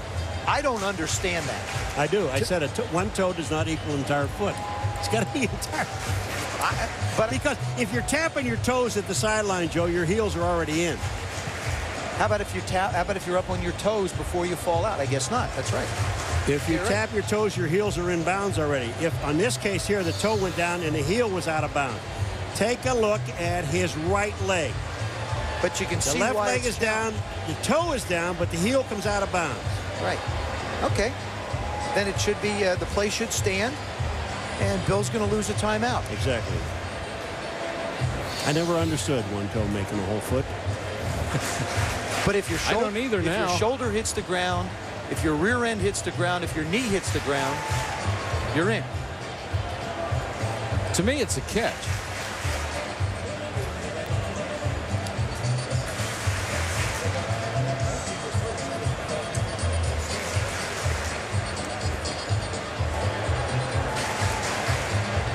Walt Coleman continues to discuss the play with the one thing about replay officials upstairs. Well, one thing about replay that I think people have to understand, they say, oh, this has taken so much longer than 90 seconds. He has 90 seconds to look at it. To review the tape. Just review the tape. Then he gets into a discussion. And he can really take as much time as he wants. Here he comes. After reviewing the play, the receiver had 2 feet down with his possession of the ball, and the third foot hit out of bounds. Therefore, it is a catch. We will reverse the ruling on the field. It'll be 1st and 10 on the 49 of the Jets for Pittsburgh. We have just found our first 3-footed receiver. Another preseason first on ESPN. Wait a minute. Cowher's smiling. Herman Edwards is smiling. Paul's laughing. Well, that was my point about the replay. He got the right foot down before he took the next step. Is he legal? If he's got 3 feet, I'm not sure. I'm sorry. So after all, that is a 1st and 10 at the Jets 49. And down goes Charlie Batch. D'Angelo Lloyd for the second big play from that defensive end spot. Now that time he didn't come unabated to the quarterback. Right side of the screen. Yeah, nobody blocks him. Yeah, he did. He doesn't take the fake, and yeah, he does come unabated, except it was legal this time. Charlie Batch thought he was unabated. Well, no one blocked him. I mean, I don't understand. You got to see the guy. See, when you're on offense with the Pittsburgh Steelers, you're in a black shirt. And the other guys have white shirts on. And your job is to hit the guy with the white shirt. 2nd and 16 for the Steelers. Batch underneath to Zaraway. What a move. Zaraway to the 47. That's the advantage Zaraway gives you in the open field. Made a great move to pick up another 3 or 4 yards. Do you know how silly you feel when you're a defensive man and this happens to you? Famous Amos Zaraway, watch this move. Bink. And then there goes the linebacker. He shoots on by. That was Price, number 52. He's gone. I mean, that really is embarrassing. Idris Price is still looking for Zaraway.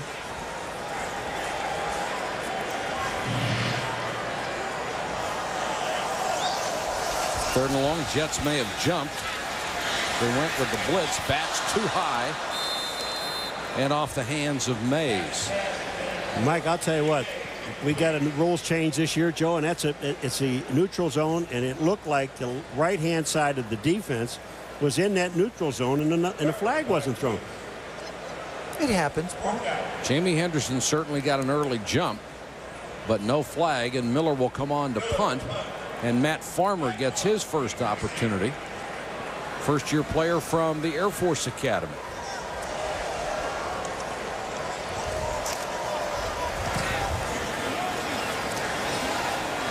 Miller angles it toward the near sideline. Farmer lets it go, and the ball kicks into the end zone. So after a 47-yard punt, but only a net of 27, the Jets will start from their own 20.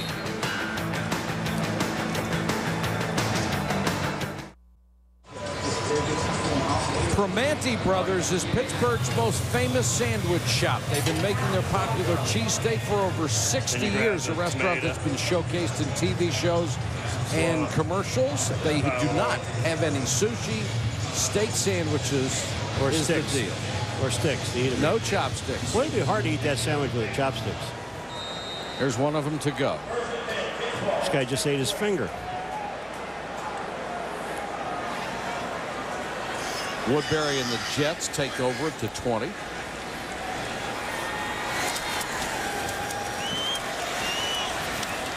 Kid has a pretty good arm. He completes this one up to the 31. The catch made by Atavius Cash.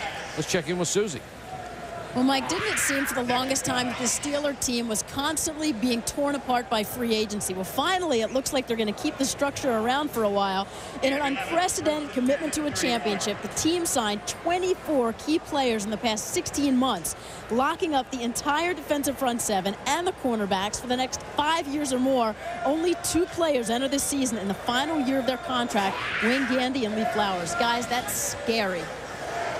And Susie, Dan Rooney, over that span, has given up some $60 million in bonuses to keep this team together and ensure the future. And you knew it would happen.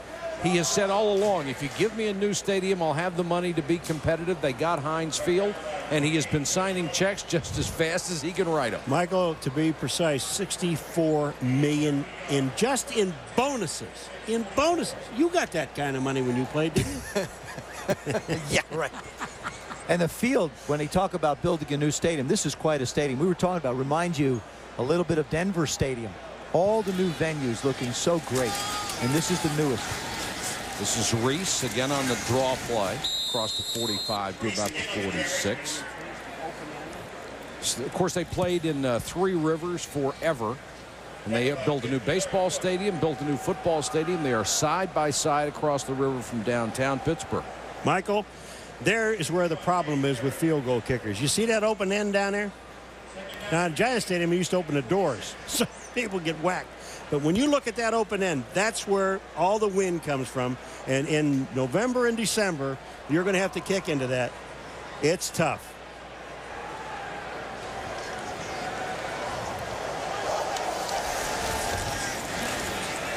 Woodbury under pressure. And just off the fingertips of the diving Reese. I like the way Torrey Woodbury moves around.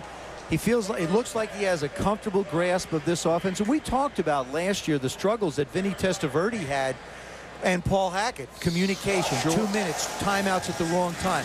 Does a nice job of setting, feels the pressure, manages to slide out.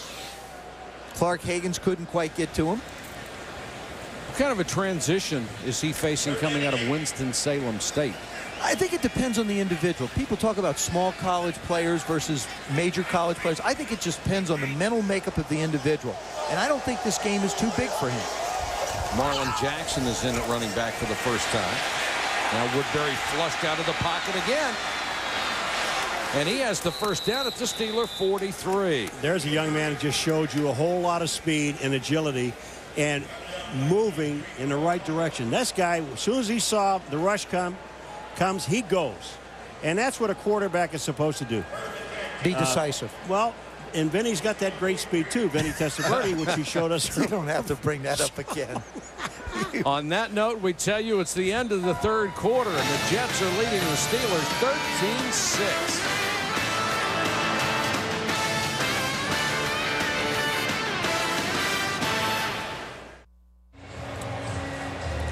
Welcome back to Heinz Field in Pittsburgh. 1 quarter to go here. It's been mostly Jets. They've been very impressive on both sides of the ball. Well, you say that, but from the first quarter on, yeah, I know you do, but from the first quarter on, Pittsburgh is the one that's been gaining all. I'm just saying, Pittsburgh's the one that's been gaining all the yards.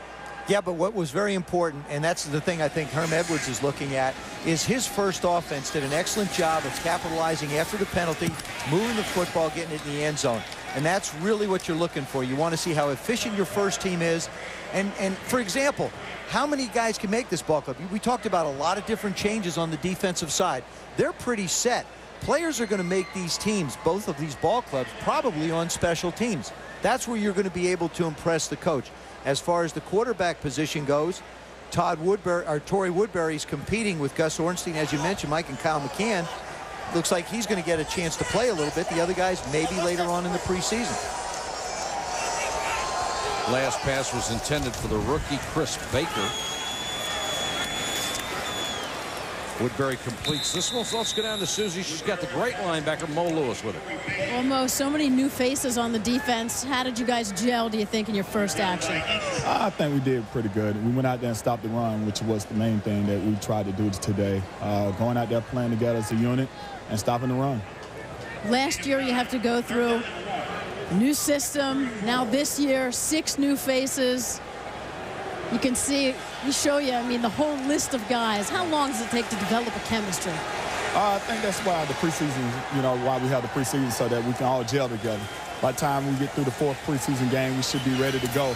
I think we've got a lot of good guys on the team. They're ready to play, and they like to have fun out there on the field. Impressive tonight against #1 running game in the NFL. Tell me about that goal line stand. Well, when you got Big Larry Webster up there, and you have Ferg and all those big guys up front, it's fun to play the run now. You know, you can go out there and just have fun. On that goal line, everyone was just going, just having fun, just going to the ball. What kind of attitude does Herm Edwards bring to a team as the head coach? You know, just relax. You know, you go out there and just practice, and you can practice without worrying about, hey, look, I'm out in jeopardy of my job today. Can I go out there and just produce? You can go out there and have fun and just let them evaluate your play. Have a great season. Thank you. Mike. Thanks very much, Susie. When they were talking about that run defense, they were really hurting for bodies last year. Ferguson got hurt in training camp. They tried some experiments, moved guys inside that probably shouldn't have been there. Sean Ellis really suffered all year. Tried to gain the weight to play inside, never could lose it, never returned to form. And if those big guys come through up front, the rest of this defense, they can run. And the important thing is, from an offensive perspective, they just didn't run enough plays. They were 31st last year in offensive plays run, under 1,000. And Herm said, if we can get our defense better to get the ball back for us, we'll be able to make some plays. Then you can use that speed outside. Then you can use Curtis Martin. Brett Kiesel in on that last tackle on John Reese. Reese is in the backfield with the fullback, Little John Flowers, and that is his given name, Little John. His dad was a tremendous Robin Hood fan. And his sister's name is? No, not going to go there. Huh? No. You sure it's not Maid Marian? Don't know if he has a sister. He had another brother. Would it be Friar Tuck? Oh! Almost intercepted. Thrown right into the hands of Barry Holloman, and he couldn't hold it. Well, Barry Holloman, you only get one of those a year. And they'll razz him in the film room, Joe. Well, he does a nice job of staying on his feet, getting the initial penetration, doesn't get cut down, and winds up being able to almost make a play on the ball. That's why he's not a tight end. Chris Smith couldn't get him on the ground. Boyd will come in to try a 42-yard field goal. Hall already hit 2. Boyd out of LSU. And this one perfect as well. And had plenty of distance. Wow. The Jets extend their lead with 12:16 to go in the game. This ESPN NFL preseason special is brought to you by GMC. From professional grade people come professional grade trucks. That is the Andy Warhol Museum, opened in 1994 to showcase the work of the famous Pittsburgh artist. Some 2,000 LP covers on display there. Of course, Warhol was the guy who painted a picture of Campbell's soup can, and that was a best-selling piece of art. Never did figure that one out. Steelers have the football, 12-10 to go in the ballgame. Saturday, ABC Sports is in San Jose for the Arena Football League. It's the semifinal playoff action, and the top-seeded SaberCats will face Orlando live at 3 Eastern, noon Pacific on ABC. Steelers have the football, and Vernon Hayes gets the short pass, takes it out to about the 37. Fergus talked about realignment already. This is the way the AFC will look. Defending Super Bowl champion New England 11-5 a year ago, as was Miami, the Jets, and Buffalo. Indy gone. Indy is gone. All the divisions are 4 teams now. It's going to make for a much better balanced schedule. The one thing I like about it, those fifth-place teams are not going to have that huge advantage anymore of having that weighted fifth-place schedule. And the Jets are going to get all three of them right out of the blocks. And Ted Cottrell, the defensive coordinator of the Jets in his second year, made a very interesting point. He really wanted to get speed. That's why they went out and got Brian Thomas. They want speed on defense. They want Sean Ellis skinny again. Because he said, in this division, the short passing game is so important, and we need people to be able to run. Screens are run a lot in this division. So here they have built a defense, basically, to be able to handle the speed that's in the division. And because you're going to play a lot of people outside of it, they also feature short passing games. It's really the way the league has gone. And so with quicker defensive linemen, with quicker linebackers, it'll enable Ted to be able to move people around more. Last rush came back on a holding call against Pittsburgh. This one complete to the tight end, John Allred. Big target at 6'4", 246 for Charlie Batch. Paul, you talked about Antoine Randall just being in this system for 2 weeks and done an excellent job learning all the positions. Charlie Batch has really only been here for a little over a week. 15, 18 practices, and he seems to be handling this offense quite well, staying in the pocket. Just to be able to get the communication to everybody in the huddle is so vitally important for the quarterback. So it's more important is Charlie Batch knows how to use a tight end. And the biggest problem he had in Detroit was staying healthy.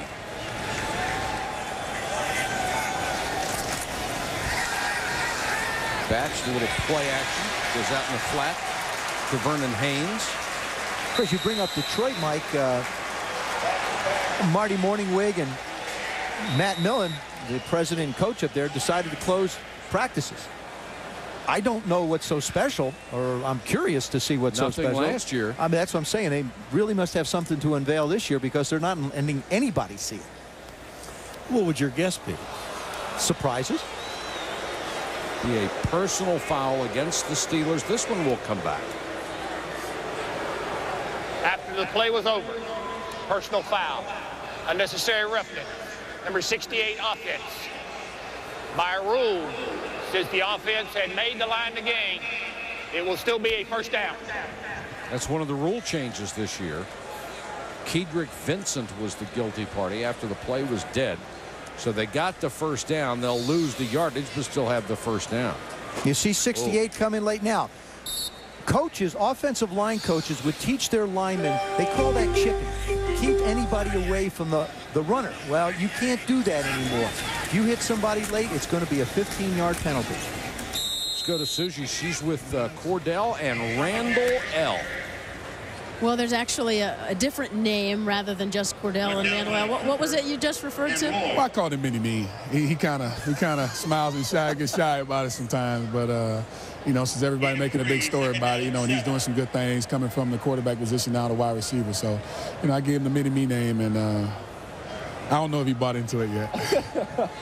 That description that you gave us yesterday at camp, something about a sports car. Yeah, I told him he was a V12. You know, he goes 100 miles an hour, and it's hard for him to slow down sometimes because he's so fast and he's so quick. So, you know, I told him just to modify this a little bit. Got to get a governor and put on that car, slow him down just a little bit so he can get in those holes not as fast because he's so fast, he'll be the guy. And when he get ready to go upfield, the guy hadn't got to him yet. He'd get covered again without, you know, so, I mean, but he's doing an excellent job. I mean, the display he put on tonight was real good. You know, it's good for me. You know, because the first time I was supposed to go to him, I didn't. I went backside and threw an interception. So, you know, he did a good job for us tonight so far. Well, let's check out some of your highlights tonight and give us a sense of what your debut was in the NFL. Ball, fumble. My first debut, it was good. You know, I got off to a great start, and that was, you know, credit to Cordell getting me the ball and Tommy giving me the ball. You know, I had a chance to make some plays, and I thank God because God blessed me to make those plays. What's been the most difficult transition for you? I think my hardest transition was back in January. Really finding it in my heart and wanting to play the game, wanting to play wide receiver. You know, I had to find it in my heart to really want to do it. And once I did that, I did it with all my heart, and I'm doing it with all my heart, and I think I'll be good at it. Is it as good as the dream? The dream, It's getting there. it's getting there. Guys, thanks. Great start. All right, Susie, and right now the one thing Randall L. is hoping is that Mini-Me doesn't stick as his next nickname. Fumble on the last play recovered by the Jets. R.J. Bowers put it on the ground. Cooper recovered for New York, and Woodbury goes back to offense and scrambles out of bounds. The one thing about Randall L. when we talked to him yesterday is we asked him, you know, a few years ago when there was a guy that was Slash, Cordell, all he wanted to do was play quarterback. And here's a young man that played quarterback in college. And Antoine Randall L., when we asked him yesterday, okay, here you are a receiver, you're a return guy, you're having fun, this is what he wants to do, this is his whole life dream. And I just looked at him, I said, quarterback at all? And he looked, he paused for a second, and he said, nobody's asked me. I don't think they will. Woodbury that time hit Matt Farmer in the hands, and he couldn't hold it. Can I just say one thing? You looked at him yesterday. You can say anything you want, big fella. You looked at him yesterday and you went, I thought you were taller. I watched him at Indiana on TV, and I thought he was 5'11", 6 feet tall. And he said, you'd be surprised how many people made that comment watching him on television, the versatility that he showed in Cam Cameron's offense. And he's going to be an exciting young man to play at this level. And it looks like he's got all the tools to get it done right. Well, with he and Cordell Stewart and Hines Ward, they have 3 guys who can do just about anything. Woodbury drops the snap from center, picks it up, and then throws it too high, intended for the rookie tight end Chris Baker. And as we're in the fourth quarter, things starting to get a little sloppy on both sides. But, you know, you see that smile on his face when they were interviewing him? I mean, that's him in practice. These guys, that's all they've talked about since the day that they set foot in here, when this guy did, is talking about Randall L. Well, you can't fool the players either. They know who's legit and who's not. Hank Poteet, who can really fly out of Pittsburgh, is back to the Steelers. Nice move to get to the outside and cuts it back. Reaches the 19-yard line. An 11-yard return after a punt of 46. The Jets continuing to dominate. They lead at 16-6. Welcome back to Heinz Stadium in Pittsburgh, and it's 16-6 Jets over the Steelers. And a new quarterback, the 4th of the night for Pittsburgh, Team Martin out of Tennessee, who is now in a battle for his job to stay on the roster. Martin goes over the middle to Antoine McCray. Of course, the Steelers also involved in realignment. Pittsburgh now in the AFC North with Baltimore, Cleveland, and Cincinnati. Jacksonville and Tennessee used to be in this division. They are gone. And the Steelers would seem to be overwhelming favorites to win this division. Well, Baltimore in a rebuilding state. We've got Chris Redman at the quarterback position. Of course, Cleveland, Tim Couch, I think, has got to step up this year. Should get some help in the running game. And Cincinnati, hope they can find him. I think Cincinnati's going to be a pretty good ball club. Pressure on Martin. And gets out of bounds. Of course, the Steelers do not have an easy beginning to their schedule. They have to play at the team that's become their arch rival for championship honors at New England. That's the opener. Then Oakland. They get to bye Cleveland and New Orleans. It is the second easiest schedule in the NFL, but it doesn't start that way. Talking to Jerome Bettis, that New England game is so important because the New England Patriots came here to Pittsburgh and did the one thing that the Pittsburgh Steelers thought no one could do. They out-toughed them. The New England Patriots were tougher than the Steelers, and that eats away at their craw. And then the Steelers' special teams meltdown that cost them that ball game. Well, so, you know, when you have a guy like defensive linebacker Jason Gilden that says it to you, and he sits in that room and he said they were tougher than we were, and I would never believe that would happen in this stadium, let alone any other stadium. And that really is making these guys mad. And when they play New England, you talk about a war. And then we have the Raider game the second weekend. Is that going to be nice? And what you can't talk about the job enough. I think that Bill Belichick and Charlie Wise, Romeo Crennel did, the coordinators and that head coach with the New England Patriots.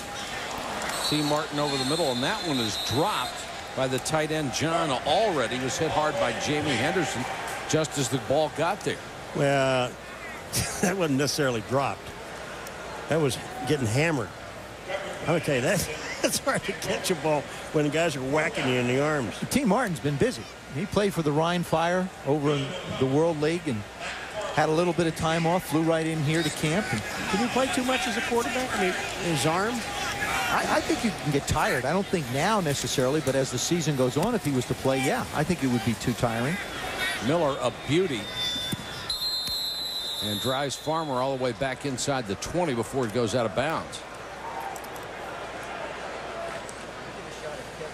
Pittsburgh ball, but they're down by 10 to the Jets. Monday Night Countdown, 7 p.m. Eastern on ESPN. It's the best place to get ready for the NFL season with all the news from training camp. And at 8 Eastern, the preseason continues. The Dolphins and their new running back, Ricky Williams, take on the Buccaneers as they usher in the John Gruden era in Tampa Bay.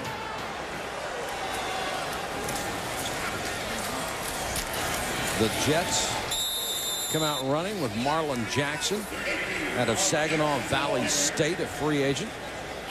Mike, we saw a thing on ESPN the other night about Jerry Rice and Tim Brown talking, and they were saying that when Gruden left, he didn't say goodbye to him. He didn't have a meeting and talk to the players. And you said something. It was my understanding that John Gruden, because he had already agreed to be Tampa Bay's coach, could not talk to them. It would have been couldn't go on the premise.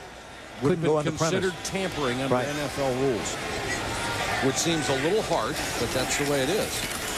Flag is down. Woodbury rolling out. All day, and it's picked off, thrown short and intercepted by Nigel Eason. Eason played it beautifully. It was intended for Morasek, but underthrown.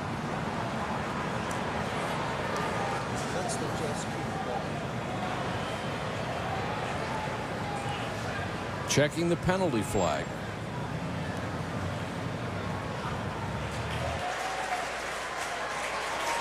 Two minor infractions against the Jets, so the Steelers will take the ball.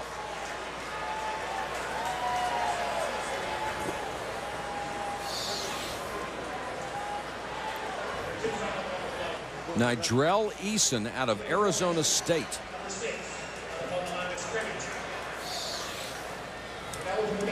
You know, and I'm sure that situation was very difficult for John Gruden. As many great relationships as he had built up there, not to be able to talk to his players when he left. Marvin Lewis was in the same situation.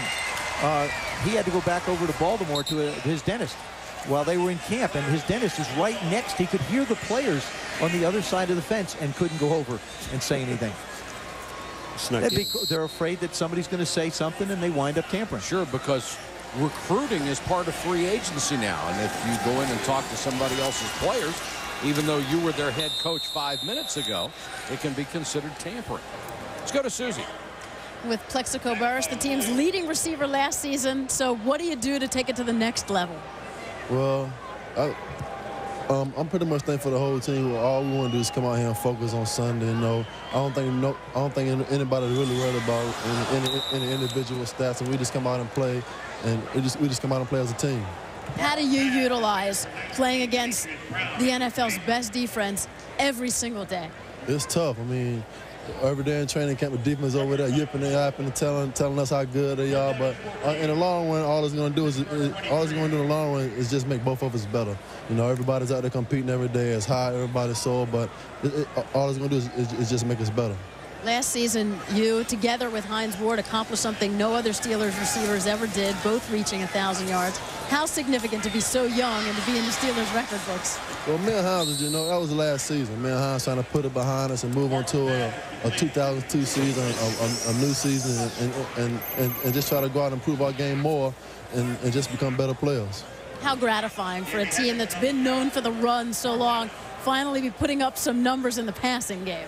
I mean, we were like, we were ranked 29th in throwing the football last year, and for 2 guys to have 1,000 yards being ranked 29th, throwing the ball, passing, it's a big accomplishment. For so long, the receivers were looked at a weakness on this team, and now there just seems to be so much depth. How exciting with the new additions of this season. It's going to be real exciting. As you just saw, Terrence is out there making plays and making great plays. Randall L is just a great addition to us. He's quick, he's catching the ball fairly well, picking up the blitzes, and everybody's doing a great job as far. It's going to get very interesting when the season starts. Best of luck this season. All right, thanks, Mike. Thank you, Susie. Matt Farmer had that last punt return of 18 yards. And we saw it earlier tonight from Plexico Burress. He is just so big and so strong. He can overpower a lot of defensive backs in this league, even the good ones. And from Cordell's standpoint, having Hines Ward be the tough guy that can get across the field, make the tough catches. Plexico, all you need to do is hang the ball up in the air, and he can go up and get it. We've seen it time and time again, him make that kind of play. And now you throw Randall L. and Mathis into the mix. Prior to the snap, false start, 71 off the 5-yard penalty, remains first down. Chris Smith, the rookie, moved early, and the new quarterback is Gus Ornstein. A game like this, Mike, gives Herm Edwards and Bill Cowher 2 separate opportunities. The Jets, they're still pointing towards the top. They want to be better. They've got a lot of changes. For Bill Cowher, his team has all the expectations to be in the Super Bowl and to be the best. They came out, and it looked to me like they were sitting on their laurels a little bit in the beginning of this football game. So this game, when they look at the film, will be one of those wake-up calls to the Steelers that you can't just throw your helmet out, that you're going to have to play to earn the respect, or people are going to beat you. It's one of the things coaches love to have as an opportunity to get on their ball club in training camp during preseason to get their attention. Well, number 2, Roy, is the guy that was in motion. You got a set when you get to the line of scrimmage. He turned up and was moving when the ball was snapped. But after we hear this, one thing that Cowher said to us yesterday was, to me, was very important. Illegal motion. Number 2 off it. Illegal formation. Number 60 off it. They're making them in multiple. Second down. But one thing that Bill Cowher said to us, he said, we talked about how nice it was to have all your starters back, 21 out of 22. And he said, let me tell you something about starters. When you look in this game, what you want, starters are not allowed to make a mistake. 0. Backup people are allowed 1. You better not make it again. And when he's seeing tonight, there's some things I don't think he really likes. Well, the problem is with special teams. That's the thing that was a problem for him at the end of the season last year. Interceptions by Cordell at the end of the season were a problem, and they came up again here tonight in this ball game. This guy will help. Todd Peterson, the veteran kicker, hit 2 out of 2 field goals tonight. He said as far as the baffling winds in the stadium, he does not believe in ghosts, and even if he were there, he wouldn't see them. Great line. Well, I mean, most kickers, when you talk to them, are little head cases anyway. You should know. Huh? Who are you talking to? Me? You see Cowher's got a little beard going. This is the first year in so many years that he hasn't had a lot of changes. Since 1995, he's changed at least one of the coordinators up until last year. He's got both his coordinators back, Tim Lewis and Mike Mularkey. So he said, there was nothing changing in camp, so I decided to grow a beard just so something would be different.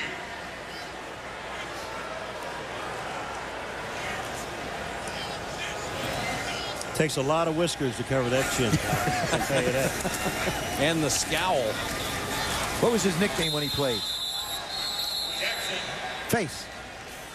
But there's one thing that he doesn't get enough credit for. We talk about Bill Walsh and the legacy of people that he has put in as offensive coordinators, people like Mike Holmgren and Steve Mariucci and Andy Reid, and people that have come through that offense. In his own right, Bill Cowher has introduced an awful lot of defensive coordinators. Dom Capers, head coach. Dick LeBeau, head coach. Chan Gailey, Jim Haslett. Now Marvin Lewis, of course, with the Redskins as a defensive coordinator. And here Tim Lewis. That's a darn good legacy of defensive coordinators, guys that have gone on and taken their defenses to #1. in so many places. And he's a defensive guy. And so, you know, you start talking about the offensive side of football and the greatness of Bill Walsh. The only thing lacking have been the championships for Bill Cowher. And what has got to frustrate Bill Cowher during his days as a player, he was a terrific special teams player. And to see his special teams fail the way they did a year ago has to be very difficult for him to accept. Hank Poteet returning the punt, takes it across the 25, a return of 7 after a punt of 49 from Matt Turk. And we're down to 3:55 to go in the ball game. And the Steelers only have one timeout. That is significant because I would like to see the clock run out now so we can go home. Hope you'll stay tuned for Sports Center. Dan Patrick, Linda Cohn will bring you Barry Bonds' quest for number 600. The hot quarterback competition's going on. And QB's under the microscope as well. T. Martin scrambles across the 35. And the Steelers in a hurry up, down by 10 with less than 4 minutes to go. Martin had a tremendous college career at Tennessee. Ooh. Hit as he throws, and this one is picked off as well. Oh, man, did he get hammered. He was drilled just as he let it go by Brian Thomas. The #1 pick for this ball club caught him square in the chest. Brian Thomas has already blocked a punt, and the Jets got it. And now he hits the quarterback for an interception. And look at this. Watch this. Wham! I mean, this guy unloaded. And for the Jets fans that booed at Madison Square Garden when he was drafted, said, I can't wait to the first sack. I'm going to turn around and point and say, this is for you. Yeah, but the only problem is he's not home. Now, that wasn't a sack, but I'll tell you, it was a great hit. I think they ought to give guys assists for something like that. You get assists in basketball when somebody scores. Why not give an assist to these guys? Marlon Jackson. One other thing, you see the helmet that Brian Thomas is wearing. This is a new helmet that some of the Steelers are wearing them. There's air holes in the top so it can breathe, and it's a easier helmet to wear. It's also a little bit lighter for the guys, and we know how heavy those hats can be, especially in the heat. Listen to some of the stuff you say. I mean, off the camera when we're alone, I can see why you had no air in your helmet. Absolutely none. Not even air holes. You know, you're right. In the beginning, I didn't. I had no air in it. You're right. Ornstein in at quarterback, gives to Marlon Jackson. But there was only one difference between us. I at least had a chance to wear a face mask. Yeah, you know the ones that got me when they came out were the ones where they used to blow them up? I hated the ones you folded and put in your back pocket. That wasn't any fun. Well, I made a wallet out of my high school helmet. But, you know, seriously, those ones, the first time they came in and they were blowing them up, you see the guy standing there and they're pumping this guy's. What are you doing? You're praying there won't be a leak. Oh. Then they put water in them and it would drip. Oh. Jets just working on the clock now with Jackson. That was the other one. Of course, you wore the single bar. Yes, when men were men, I wore it. That's right. When the league allowed, as a matter of fact, only kickers are allowed to wear a single bar now. They're grandfathered in. Gary Anderson's one I think of. But the new helmets now, what they're really trying to do is they're trying to make them safe, first of all, for the players. That's the most important thing. And they're also trying to make them a little bit lighter so that when you do get to hot weather, it's not a big problem. It's always nice to see my older brother. See, they were doing nothing. They just gestured. They were just gesturing. And they are boarding the riverboats, or bordering them. Marlon Jackson hitting the backfield, slips a couple of tackles across the 25 and inside the 20-yard line.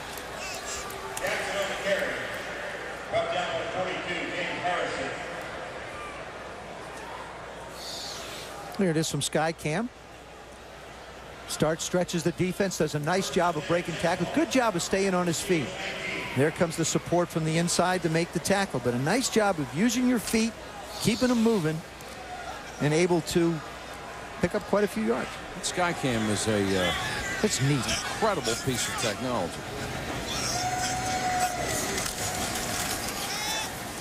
Jackson again as the Jets just continue to work on the clock, which is now down to 1:13. You know, we talked to Coach Mariucci last week in Japan about his team, and he said, you know, I'm down. I could pick all but probably about 5. Right. And we asked Bill Cowher that again yesterday. I mentioned it. Coach Mariucci said that, and he said, you know, he said, we're pretty much there. He said, but it's going to be difficult, very difficult for me to pick that last 5. Because this is a good football team. But when you see that the run before this play, missed tackles, that enables him to make some cuts. The defensive side of the ball is where they return people. He also, Bill mentioned that this is the deepest team that he's had since he's coached here. And I think really depth is what allows you to be able to go on when you get into November and December. You're going to lose some starters, but you've got to have people that can play at that same level if you're going to maintain it. And the Steelers have been able to do that. I think that's why their depth at wide receiver now with the addition of Mathis and Antoine Randall-El, their depth at quarterback, getting Charlie Batch, and their obvious depth at running back, which they've had for 3 or 4 years. You swing that over to the Jets, you've got Wayne Corbett over there, Santana Moss coming up now. Lavernius Coles in his 3rd year finally has just took it to another level last year. They expect him to go even higher. The final score from Heinz Field in Pittsburgh, the Jets 16, the Steelers 6. For Joe Theismann, Paul McGuire, Susie Culver, and our entire ESPN crew, this is Mike Patrick saying goodnight from Heinz Field in Pittsburgh. This has been a presentation of ESPN, the worldwide leader in sports. ESPN, thank you for watching this presentation of the National Football League.